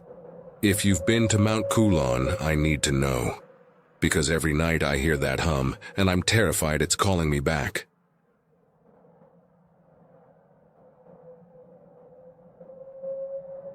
The night was dead quiet, except for a faint tap tap tap on our trailer's window, like someone testing if we were awake. It was 2 a.m., and that sound wasn't the wind or a stray branch. It felt alive, deliberate, like a predator circling its prey. My brother and I froze, beers in hand, Christmas lights flickering around us. We'd lived in this Tennessee trailer park for a decade, safe, cozy, untouched by trouble. But that tapping, it was a warning. Something was coming, and it was already here. I'm Ryan, 32, sharing a trailer with my brother Tyler, 28, and our mom, who's in a wheelchair. This place was our haven. Neighbors who waved, lawns trimmed, doors left unlocked. But last December, Tyler's store kicked out a guy for acting weird, pacing aisles, standing like a statue, ignoring everyone. We chuckled about it, thinking he was just some drifter, until he showed up on our porch at 2 a.m., eyes burning, with a mix of confusion and rage, like we'd stumbled into his trap. That night, our world turned upside down. It was a festive evening, stringing lights on our Christmas tree, Johnny Cash's Silent Night humming in the background. Mom was smiling. Tyler and I maybe a bit too buzzed on Budweiser. Tyler mentioned the guy, tall, gaunt, creepy vibe. He'd wander the store, freeze for minutes, not answering when asked if he needed help. The owner sent him packing after customers got spooked. Probably just high, Tyler said, and we laughed, but the laughter died fast. Around 11:30 p.m., we stepped outside for a smoke, our nightly ritual. Tyler opened the door, then stopped cold. Holy crap, he muttered. That guy was walking past our house, slow, methodical, like he was memorizing every detail. This wasn't a main road. Nobody strolls here at midnight. My skin prickled. We watched him disappear into the dark, telling ourselves it was a coincidence. But that tapping sound started an hour later, faint, persistent, like he was already back testing us. Our trailer park, our little bubble of safety, felt like it was closing in, and we had no idea what was waiting outside. The tapping stopped, but the silence was worse, like the trailer was holding its breath, waiting for the next move. Tyler and I sat frozen, eyes darting to the windows, the Christmas tree's glow casting long shadows that seemed to twist. We tried to laugh it off, cranking up YouTube prank videos, but every creak made us flinch. By 2 a.m., we were done. One last smoke, I said, hoping fresh air would clear our heads. That's when hell broke loose. Tyler opened the door and his voice cracked. "Hey man, what's your deal?" I rushed over, and there he was, the guy from the store, standing on our porch 3 feet from the door. His eyes were a nightmare, wide, lost, but seething with this quiet fury, like we'd interrupted something dark. He was lanky,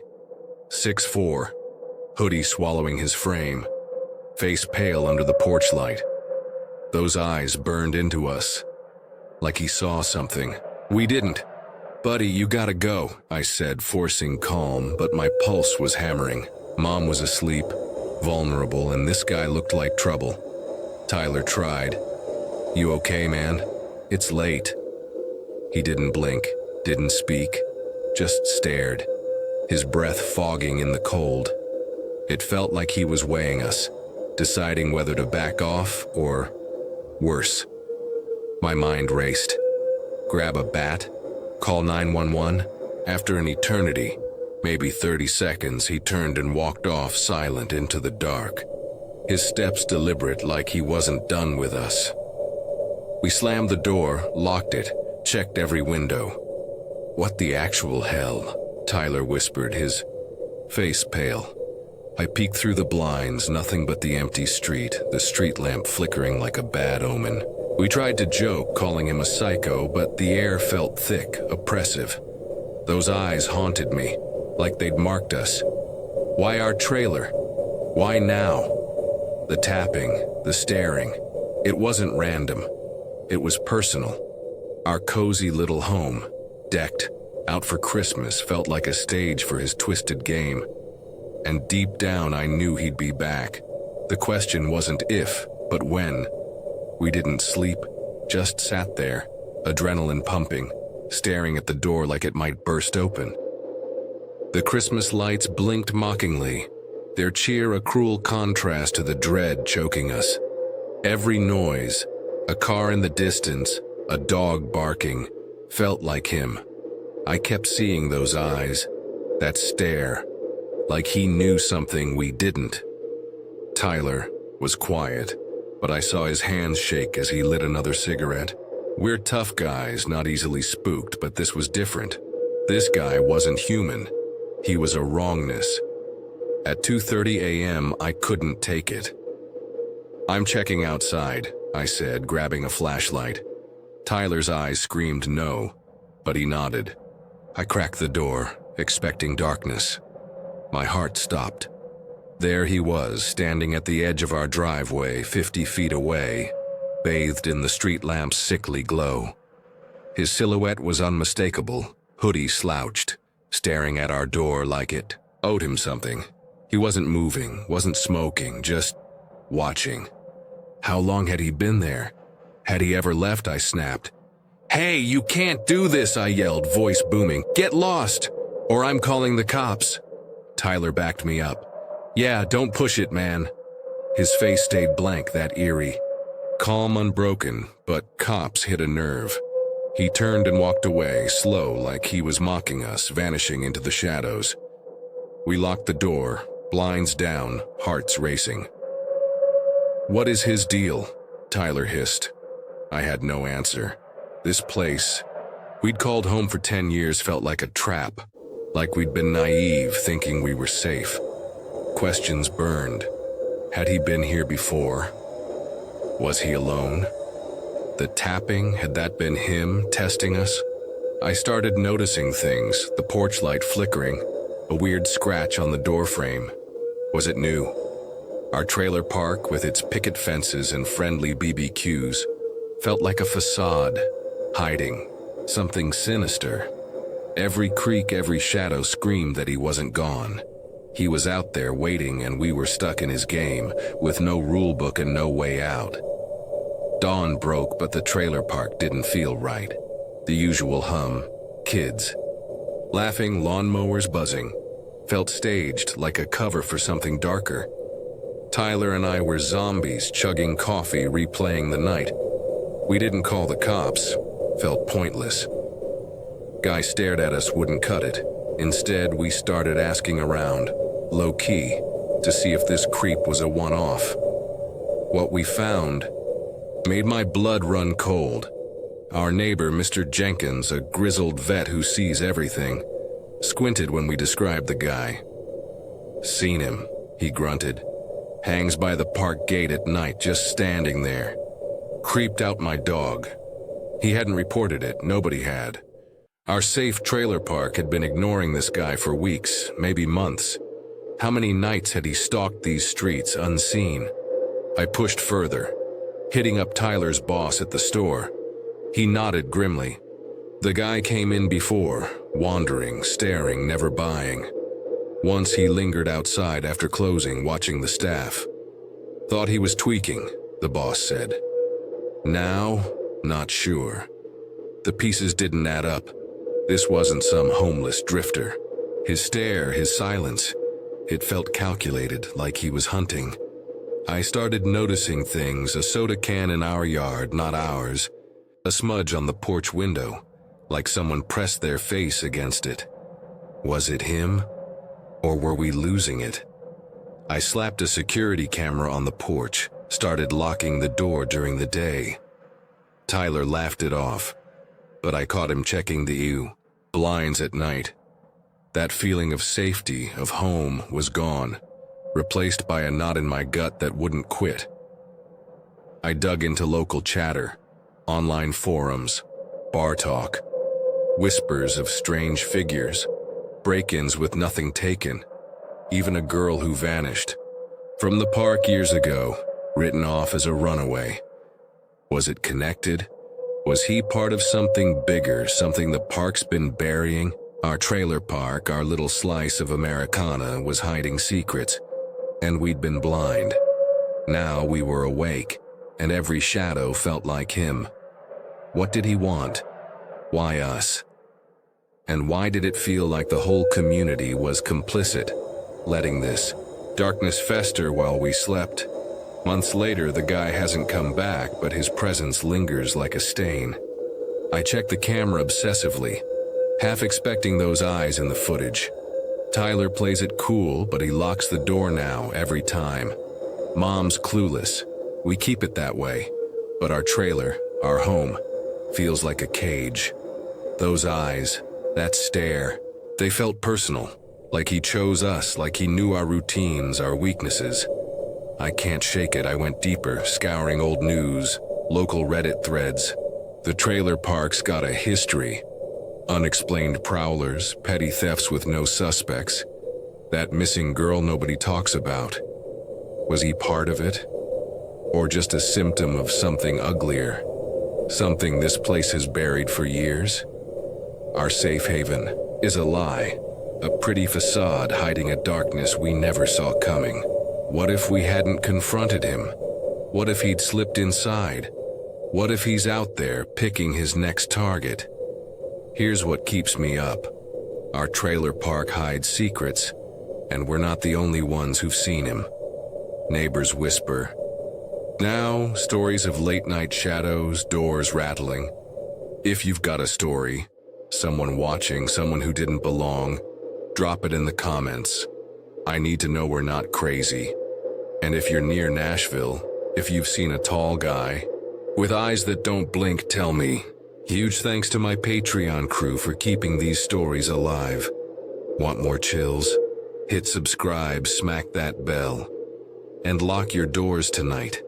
Because the scariest monsters aren't under the bed. They're standing outside, waiting for you to open the door.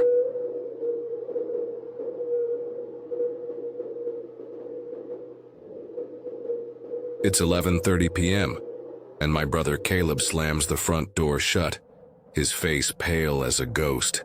He's out there, he whispers, voice shaking. I freeze, heart pounding, as he describes a man, a stranger, walking past our trailer in the dead of night, staring right at our house. What do you do when someone you've never met keeps coming back, watching you from the shadows? That night in our quiet trailer park near Nashville, fear took hold and never let go.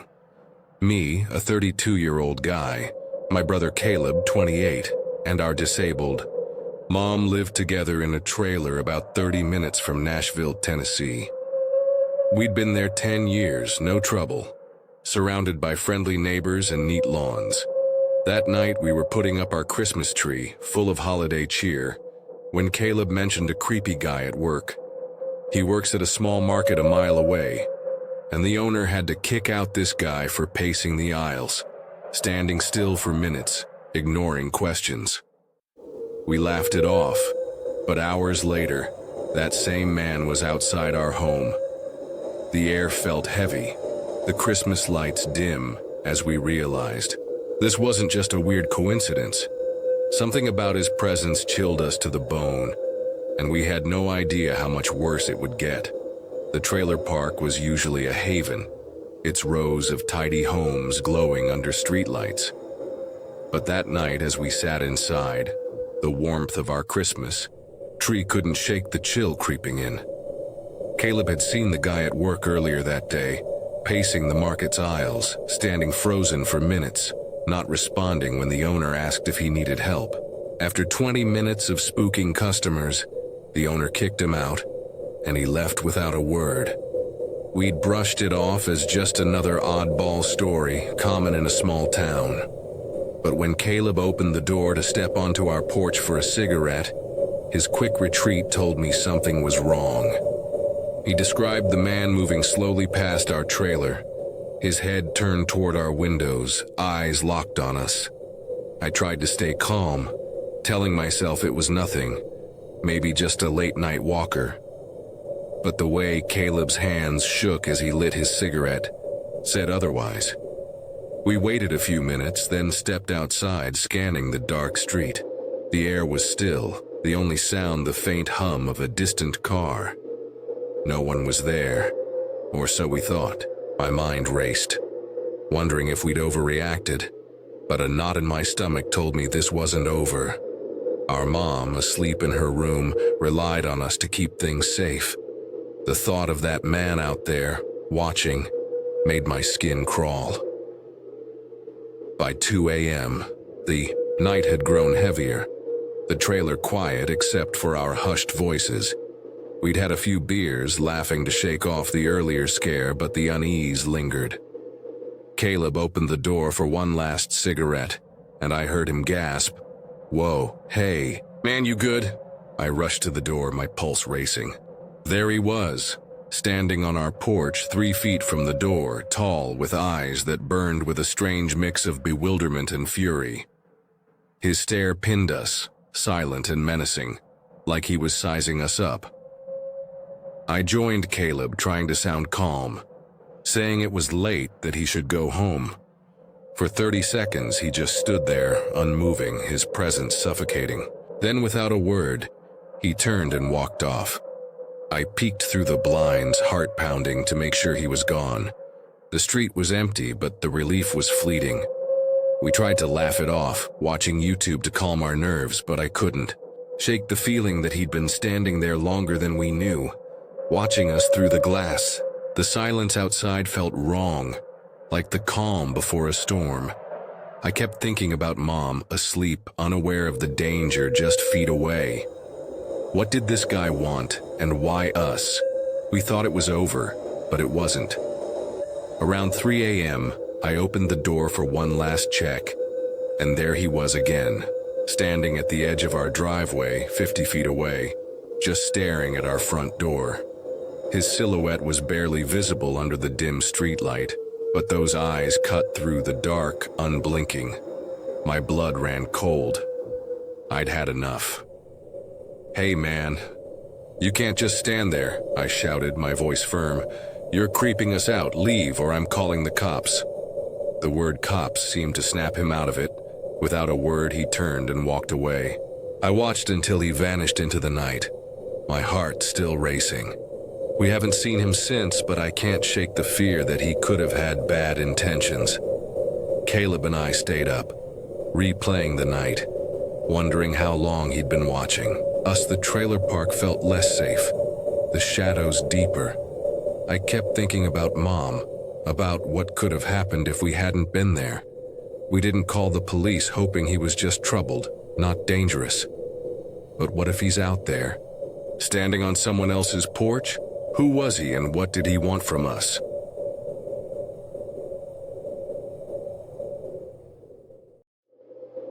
A blinding flash cut through the dark, headlights blazing in my rearview mirror, so close they burned my eyes. It was 10 p.m., 2008, and I was driving my son home on a lonely Nebraska back road, the kind where help is miles away. My name's Sarah, and that night a dark-colored Jeep was tailing us, its presence heavy, menacing. My heart raced, but I forced a smile for Ethan, my 8-year-old, asleep in the back seat. The Jeep's lights stayed locked on us, unrelenting, like it was hunting. I gripped the wheel, my old Civic rattling, praying it was just a reckless driver. But it didn't pass, didn't fall back, just clung to us inches away. The road stretched into blackness. No houses, no lights, just us and that Jeep. Was it a prank, a drunk, or something worse? I didn't know. But every second felt like a threat, and I was running out of road to escape. The night was cold, a thin fog curling over the asphalt, swallowing my headlights. We'd been at my sister's, a rare visit, and I'd taken the back road to save time. Big mistake. Ethan stirred, murmuring, and I hushed him, my voice tight.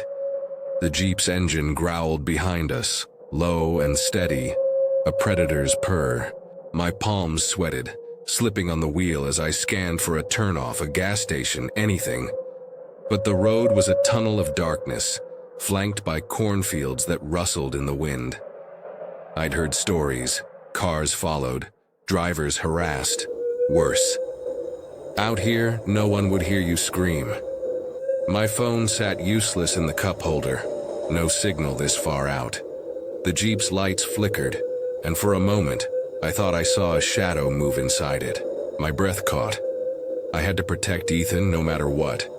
But how do you outrun something that won't let you go? The Nebraska back road was a ribbon of asphalt, swallowed by cornfields and shadows. My Civic's headlights barely pierced the fog, each mile stretching my nerves thinner. The dark Jeep clung to us, its headlights a blinding glare in my rearview mirror, never wavering, never passing. I nudged the gas, pushing 60 mph, but the Jeep matched me, its engine a low growl that vibrated. Through my bones, Ethan slept, his soft snores a fragile anchor keeping me from panic. I whispered to myself, "Just a jerk, Sarah, stay calm." But my gut screamed otherwise. Out here, miles from the nearest town, a tailgater wasn't just annoying, it was a threat. I'd read about carjacking, stalkers, worse. The thought made my stomach churn. I glanced at Ethan, his face peaceful, unaware. We'd had a good day, pizza at my sister's, Ethan laughing with his cousins. Now that warmth felt a lifetime away. The Jeep's lights flickered again, and I squinted, trying to see its driver. Nothing, just a black void behind the glare. My hands tightened on the wheel, knuckles white. I tried to recall the road's layout, any turnoffs, a gas station, but this stretch was desolate, a no-man's land of fields and silence. The fog thickened, curling like smoke, and the cornstalks rustled, their whispers blending with the Jeep's hum. I checked my phone again, no bars, no hope. The Jeep inched closer, its bumper nearly kissing mine. My heart pounded, a drumbeat of fear. Was it following us on purpose? Testing me? I eased off the gas, dropping to 50, hoping it would pass. But it didn't. It stayed glued to us, a shadow I couldn't shake. A memory flashed. My dad warning me about these roads, about drivers who play games at night. I pushed the thought away, but it lingered, cold and sharp. Ethan stirred, mumbling, "Mom?" I forced a smile, my voice tight. "Go back. To sleep, buddy?" But my eyes stayed locked on the mirror, on those lights, on the Jeep that wouldn't let us go. Every second felt heavier. The road endless, and I knew. Whatever was behind us wasn't just driving. It was hunting. My Civic shook as I pushed it to 65 mph, the engine whining, but the Jeep stayed right behind us, its headlights a relentless glare in my mirror. The road curved, climbing a gentle hill, the fog so thick it choked my headlights. Ethan was awake now, his voice small. "Mom, why's that car so close?" I forced a calm tone. "Just a bad driver, sweetie. We're fine." But I wasn't fine. My heart hammered, my breath shallow, every nerve screaming to escape. The Jeep's engine roared, a guttural snarl, and it edged closer, its bumper inches from mine. I gripped the wheel, my knuckles aching, scanning for any way out. The road was a trap. No turn-offs, no lights, just endless asphalt and corn. I couldn't call for help, couldn't stop, couldn't outrun it. The Jeep was in control and I was prey. I hit 70 mph, the Civic rattling like it might fall apart. The Jeep matched me, effortless, its lights blinding. I glanced at Ethan, his eyes wide, clutching his seatbelt. "Mom, I'm scared." My throat tightened. "Hold on, buddy. We're almost home." A lie.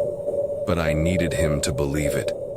This road dipped, then rose again, leading to a crossroads I vaguely remembered. If I could reach it, maybe I'd find help. A house, a passing car, but the Jeep wasn't letting up. Its engine growled louder, and for a split second I thought I heard a laugh. Low, muffled, carried by the wind. My blood ran cold. Was it real, or was fear playing tricks? I shook my head, focusing on the road, but the sound lingered, a splinter in my mind. The crossroads loomed ahead, a faint glow from a distant streetlight cutting through the fog. I pushed the gas, praying for a miracle. Then it happened. The Jeep roared, its engine screaming, and it surged forward, pulling alongside us. I caught a glimpse. Dark paint, tinted windows, no plates. Then it shot ahead, tearing up the hill, and vanishing over the crest, its taillight swallowed by the night. I slammed the brakes, the Civic skidding, my chest heaving. The road was empty, silent, as if the Jeep had never been there. I stared at the hill, waiting for it to reappear, but nothing came. Ethan whimpered. "Where'd it go?" I didn't answer. I couldn't. I eased forward, cresting the hill, expecting to see the Jeep's lights. Nothing, just fog and asphalt, stretching into darkness. I checked the crossroads. No tire marks, no sign of a car. My hands shook as I drove on, every shadow a threat, every rustle a warning. We reached home at 11 p.m., my hands still trembling as I locked the doors. I tucked Ethan in, his eyes searching mine, but I had no answers. The Jeep was gone, but its presence lingered, a weight I couldn't shake. I told my husband, Mark, everything.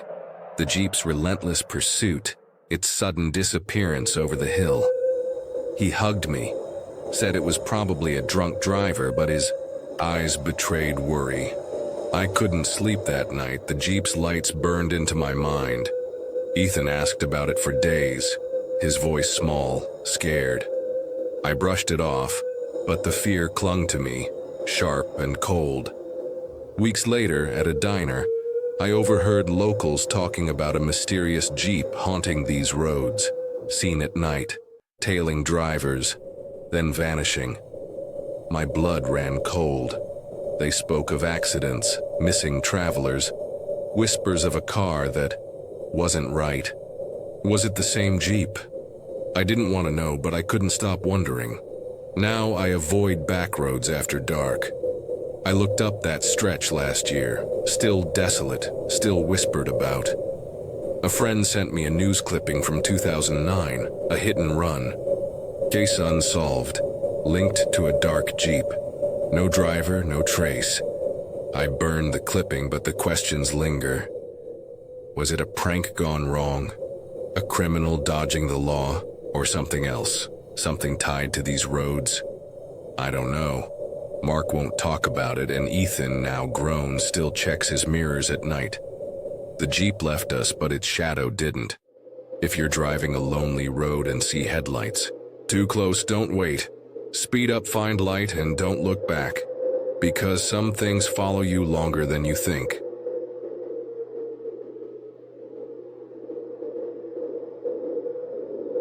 The summer of 2006 was supposed to be my escape. A carefree break at my aunt's house in rural Michigan. But on my first night, as I lay in bed, I saw it. A pale face pressed against the window, its eyes black as coal, staring right at me. I blinked and it was gone. My scream stuck in my throat, but the feeling stayed. Something was wrong with that house. My name's Lucas Bennett, and I was 11 when my parents sent me to stay with my Aunt Clara and Uncle Ray for the summer. Their old farmhouse sat on the edge of a dense forest, a mile from the nearest neighbor, with a small lake glinting through the trees. I'd been excited, video games, fishing, no homework. But the moment I stepped inside, a strange unease settled over me like I was being watched. The house smelled of damp wood and mildew, its walls creaking like it was alive.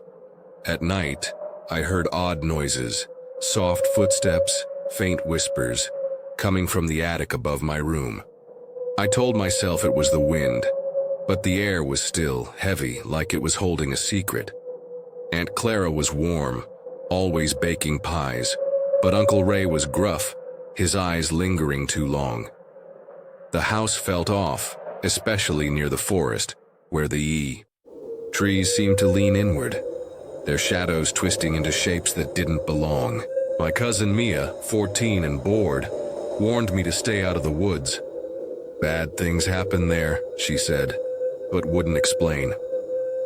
I laughed it off, city kid bravado, but that uneasy feeling grew, a knot in my gut that wouldn't loosen.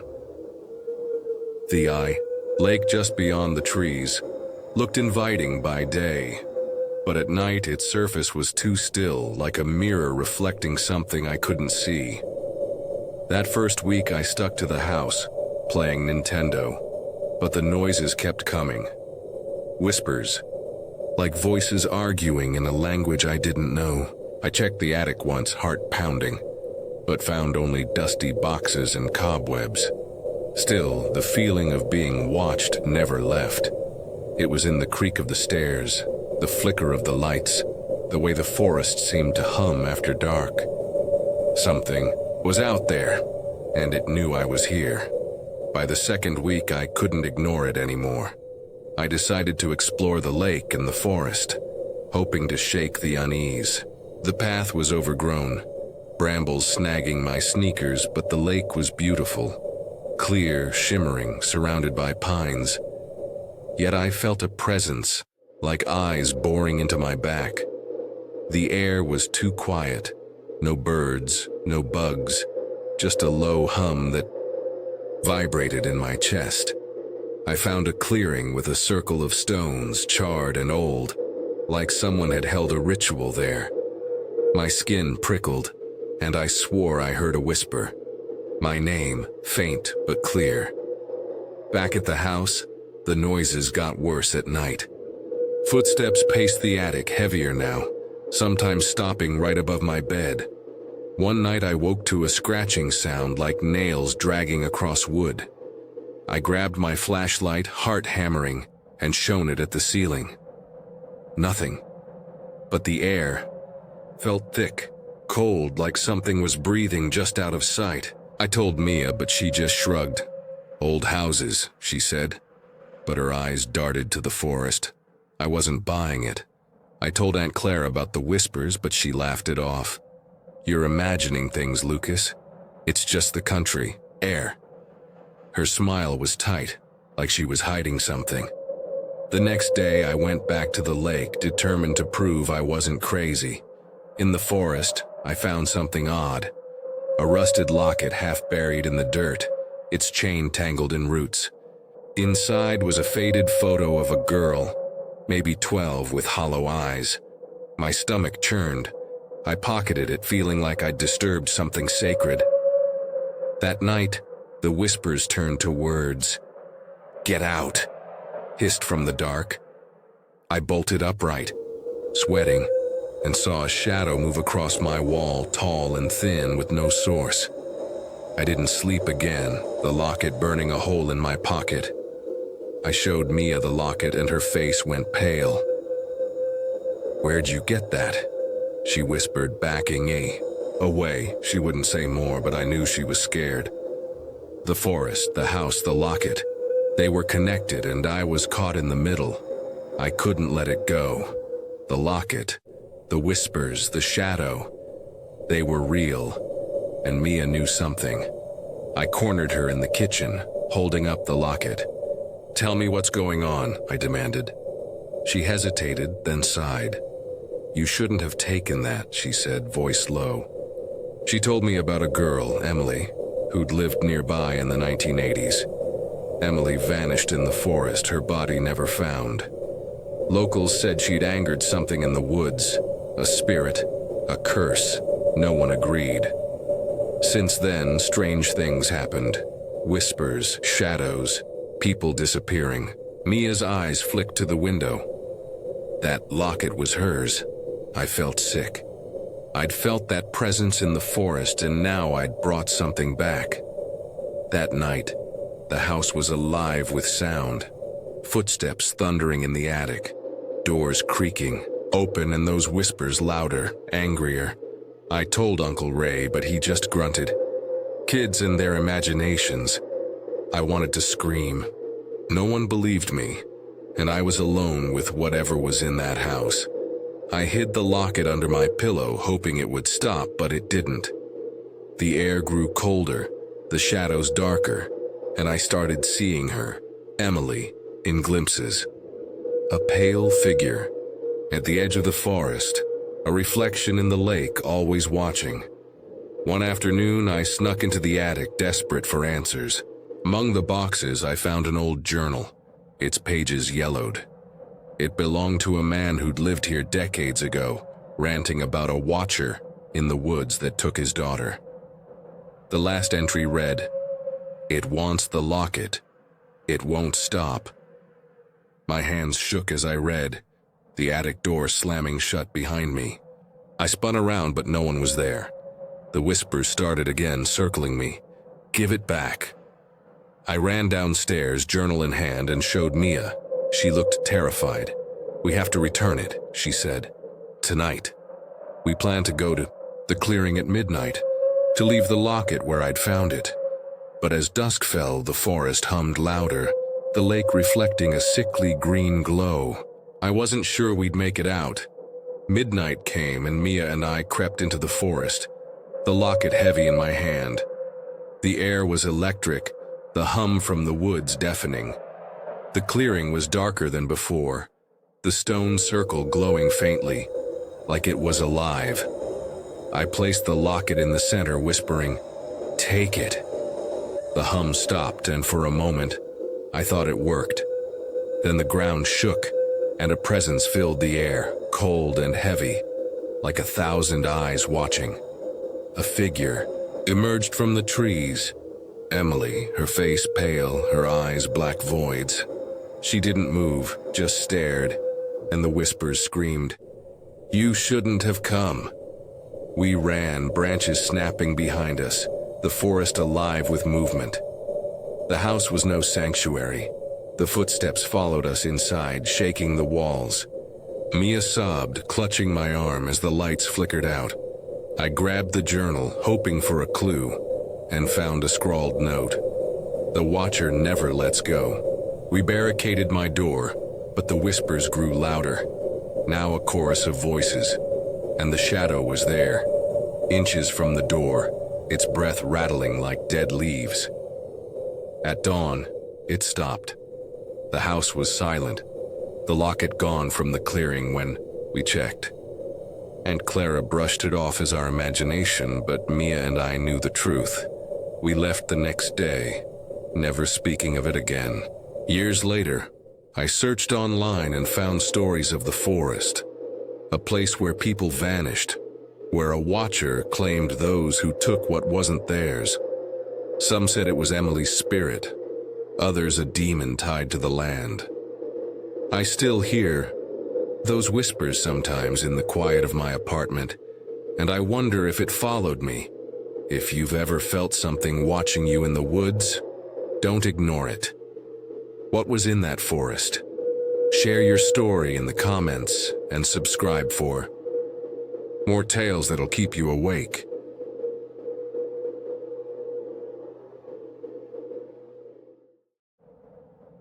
I swore I'd never go back to that forest, but its shadows still haunt my dreams. I'm Lucas, and when I was 12, a summer night in rural Ohio turned a kid's game into a nightmare I can't shake. We decided to play a game of manhunt in The woods behind their house. It was pitch black out there except for the moonlight. And what started as fun became a hunt I wasn't ready for. Something was out there and it wasn't playing. My cousin's farm was a sprawling place surrounded by dense woods that seemed to whisper secrets. That summer, I was visiting, eager for adventure. One night, after dinner, my cousins, Eli, Mia, and Noah, suggested manhunt, a hide-and-seek chase in the forest. It was pitch black out there except for the moonlight, the trees swallowing the glow, casting jagged shadows. We laughed, setting rules, but a chill ran through me as we stepped into the dark. The forest felt alive, its silence heavy, like it was waiting. I started hearing noises that didn't sound like the others playing, like twigs snapping and leaves rustling but heavier. I brushed it off. Maybe it was just the wind or my cousins sneaking. But deep down I knew something was off. The air was too still, the night too quiet, and my heart pounded with a fear I couldn't name. As we scattered, I hid behind a tree, my breath loud in my ears. The game was supposed to be fun, but every snap of a twig felt like a warning. What was out there? Why did it feel like the forest itself was watching? That night would pull me into a mystery that still claws at me, a secret that might still be hiding in those woods. The game began with shouts and laughter, my cousins darting through the trees. I crouched low, scanning for movement, the moonlight barely piercing the canopy. I started hearing noises that didn't sound like the others playing, like twigs snapping and leaves rustling but heavier. Not the quick steps of kids, but something deliberate, stalking. I froze, my breath catching. Was it Eli messing with me? But the sounds came from too far, too steady. I moved to a new hiding spot, a hollowed-out stump, my heart racing.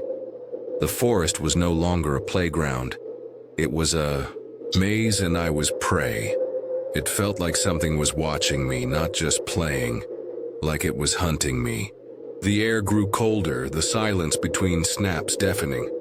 I whispered, "This is just a game," but the words felt hollow. Something was out there, and it wasn't one of us. Then, a new sound, a low hum, like a distant engine. But the farm was miles from any road. It vibrated through the ground, making my teeth ache. I peeked out, seeing nothing but shadows. My cousins' voices faded, their laughter replaced by that hum and those heavy steps. I wanted to call out, but fear sealed my throat. What if it heard me? I stayed put, counting seconds, praying the game would end. I caught a glimpse of something moving between the trees. It was too tall to be one of us, a silhouette that vanished when I blinked. My stomach dropped. This wasn't a prank. The forest was hiding something, and it was closing in. I had to find my cousins before it found me first. I crept toward the clearing where we'd agreed to regroup, the hum growing louder, the steps closer. I caught a glimpse of something moving between the trees. It was too tall to be one of us, its outline jagged, like it didn't belong in this world. It paused, and I swear it turned toward me. No face, just a void where eyes should be. My blood ran cold. This was no game, it was real. I bolted, shouting for my cousins. "Eli! Mia!" My voice echoed, answered only by more snaps, now from multiple directions. It felt like something was watching me, not just playing, like it was hunting me. The forest seemed to shift, trees closing in, the moonlight dimming. I stumbled, scraping my knee, and heard a low growl. Not an animal, but something worse, vibrating with the hum. Suddenly, Mia's scream pierced the dark. I found her and Noah wide-eyed, pointing at the trees. "It's there!" she gasped. Eli crashed through the brush, panting. "We saw it too!" We all started freaking out and bolted back to the house, our feet pounding the dirt, the hum chasing us. Branches clawed at my face, but I didn't stop. The house's lights glowed ahead, a beacon, but the forest felt alive, reluctant to let us go. We burst through the door, slamming it shut, hearts racing. My aunt, confused, asked what happened. We babbled about the thing in the woods, but she laughed it off. Kids' imaginations. Even after we got inside, I kept feeling like something was still out there, staring. I peered through the window, seeing only darkness, but the hum lingered in my ears, a promise that it wasn't done. That night I couldn't sleep. The hum echoed in my head. The silhouette burned into my mind. My cousins whispered in the dark, too scared to admit what we'd seen. Even after we got inside, I kept feeling like something was still out there staring, its presence pressing against the windows. I clutched my blanket, praying dawn would come, but the forest wasn't done with us. Around midnight, a scratch sounded at the door. Not a branch, but deliberate, like nails on wood. My heart stopped. Eli, braver than me, crept to the window and gasped. "It's out there," he whispered. I joined him, peering into the dark. There, at the forest's edge, stood the silhouette, tall, faceless, motionless. It felt like something was watching me, not just playing. Like it was hunting me. The hum surged, shaking the glass, and the figure stepped forward, its form flickering like static. Mia stifled a scream. Noah grabbed a flashlight, shining it at the figure, but the beam died, plunging us into darkness. The scratching grew frantic, the door rattling. "It wants in," Sarah whispered. I don't know why, but I shouted, "Leave us alone." The hum stopped, the scratching ceased, and when I looked again, the figure was gone. Silence returned, heavier than before. We stayed awake, huddled together, until dawn. The forest looked normal in daylight, but I found something chilling. Claw, marks on the door, deep and uneven like no animal I knew. The game was over, but the hunt wasn't. Whatever that thing was, it had marked us, and I feared it was only a matter of time before it came back. We left the farm the next day, but the forest followed me home. Nightmares plagued me. Faceless. Figures, humming shadows, claw marks on my skin. Even after we got inside, I kept feeling like something was still out there, staring, and that feeling never faded. I'm 20 now, but I can't shake it. That summer night wasn't just a game. It was a glimpse into something older, something that lives in those woods. I researched the area. Locals whispered of a forgotten tragedy, a hunter who vanished in that forest, his screams echoing for nights. Some say he never left, that he became something else, hunting those who wandered too deep. I found an old photo from that summer, one my aunt took. In the background, barely visible, was a tall shadow among the trees watching us. My blood ran cold. Was it still there? I'm not saying it's a ghost or a monster, but those woods aren't safe. We decided to play a game of manhunt in the woods behind their house. It was pitch black out there except for the moonlight, and we woke something up. If you ever find yourself in rural Ohio, near a farm with a forest that feels too quiet, don't play games at night. Don't even step into the trees. Whatever's there, it's still hunting and it doesn't forget. What was it? A trick of fear, a lost soul, or something that's waited in those woods for decades? Drop your thoughts below. If you felt eyes in the dark, I need to know. Because every night I hear that hum and I'm terrified it's calling me back.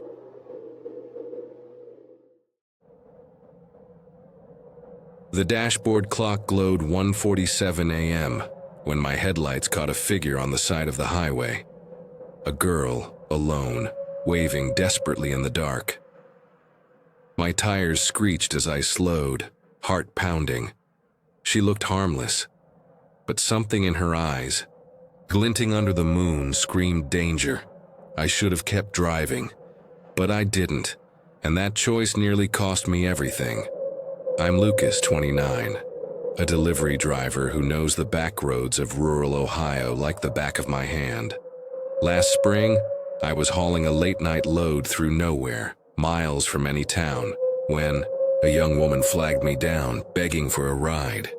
She said her car broke down, needed to get to Millersburg, 20 miles away. Her name was Emma, maybe 22, with a nervous smile and a story that didn't quite add up. Against my better judgment, I let her in. That's when the nightmare began. The road was empty, just my old pickup, the hum of the engine, and Emma's fidgeting in the passenger seat. She kept glancing out the window, not like she was scared, but like she was waiting for something. "You're a lifesaver," she said, but her voice was flat, rehearsed.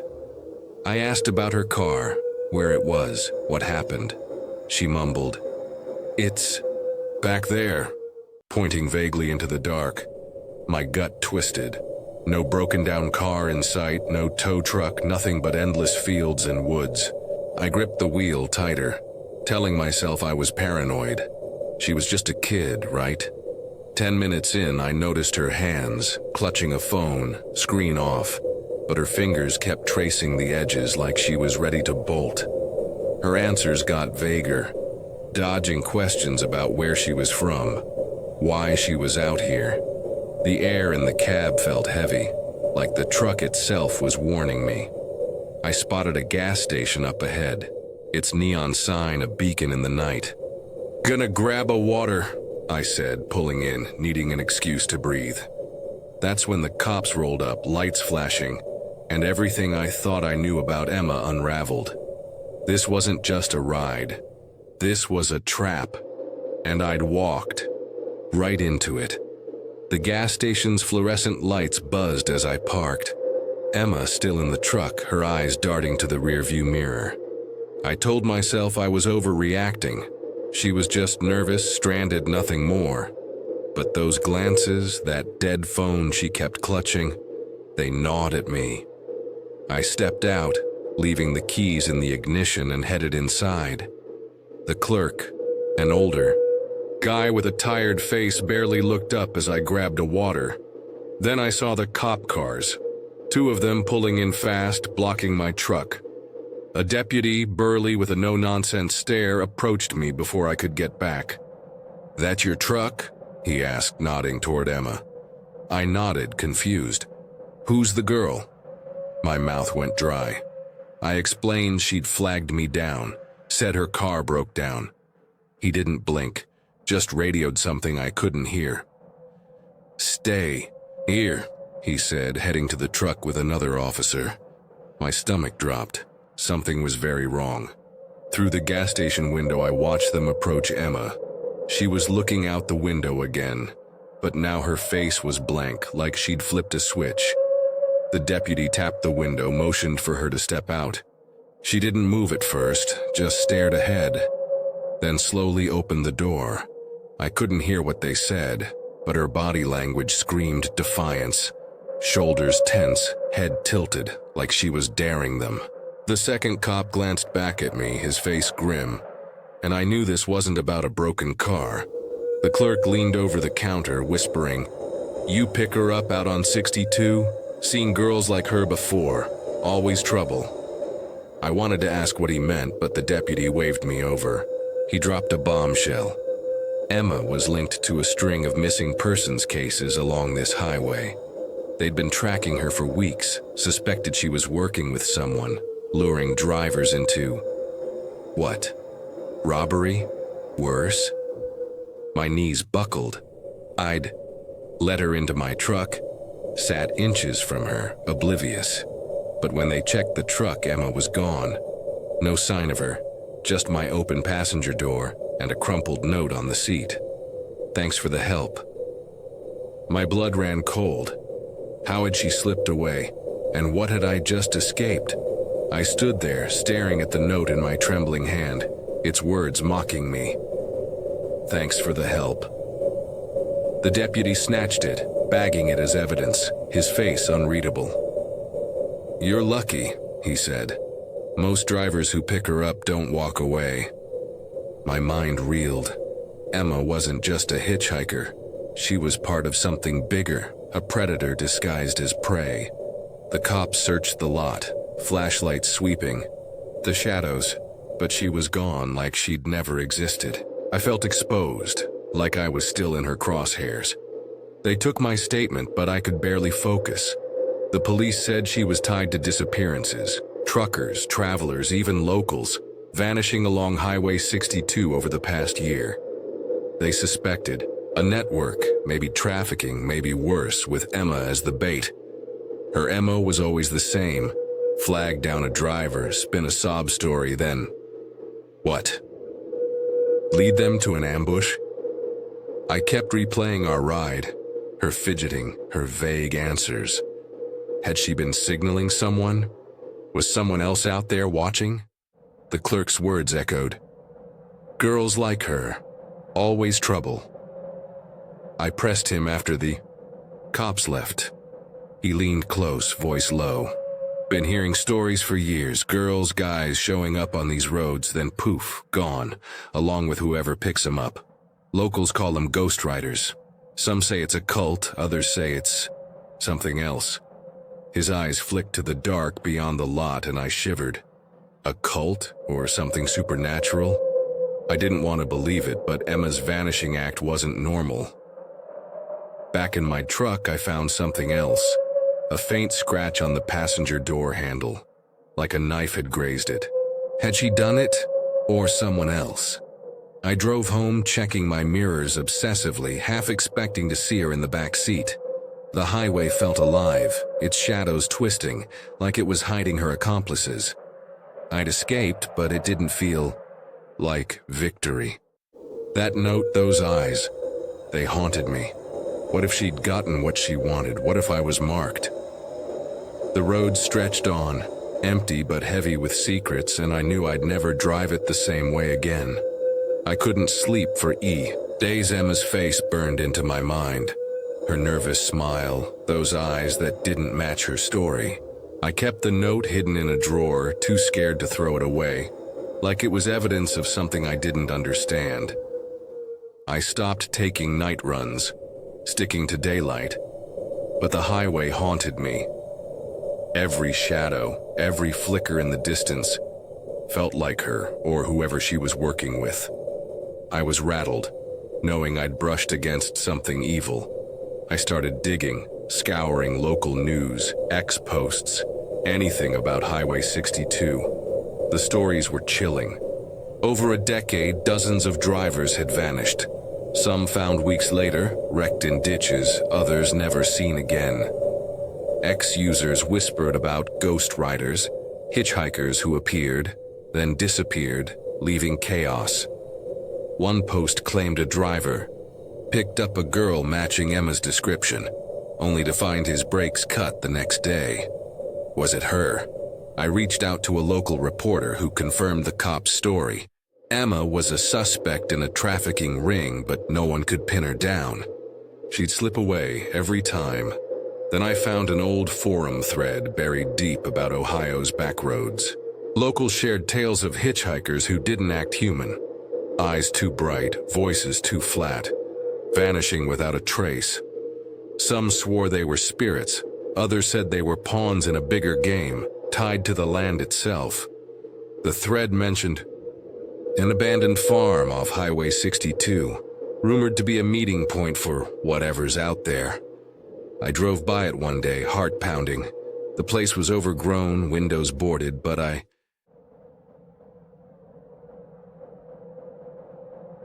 If you've made it to the end, congratulations. That makes you different. Not everyone can sit through 15 true accounts of terror and still breathe normally. But here's the strange part. If you're feeling uneasy now, that's exactly how it begins. Some stories don't stop when the screen fades to black. They follow, they attach. They wait until your guard drops, when you're brushing your teeth, turning out the lights, or walking down a quiet hallway. That sound you hear later tonight, the chill that hits for no reason, it might not be your imagination. It might be one of the stories and finding its way back to you. So here's your choice. Forget everything you heard and hope they forget you too. Or come back for more, because in the next episode the stories get closer, and you stop being a listener. You become part of the tale. Subscribe if you dare, but don't say you weren't warned.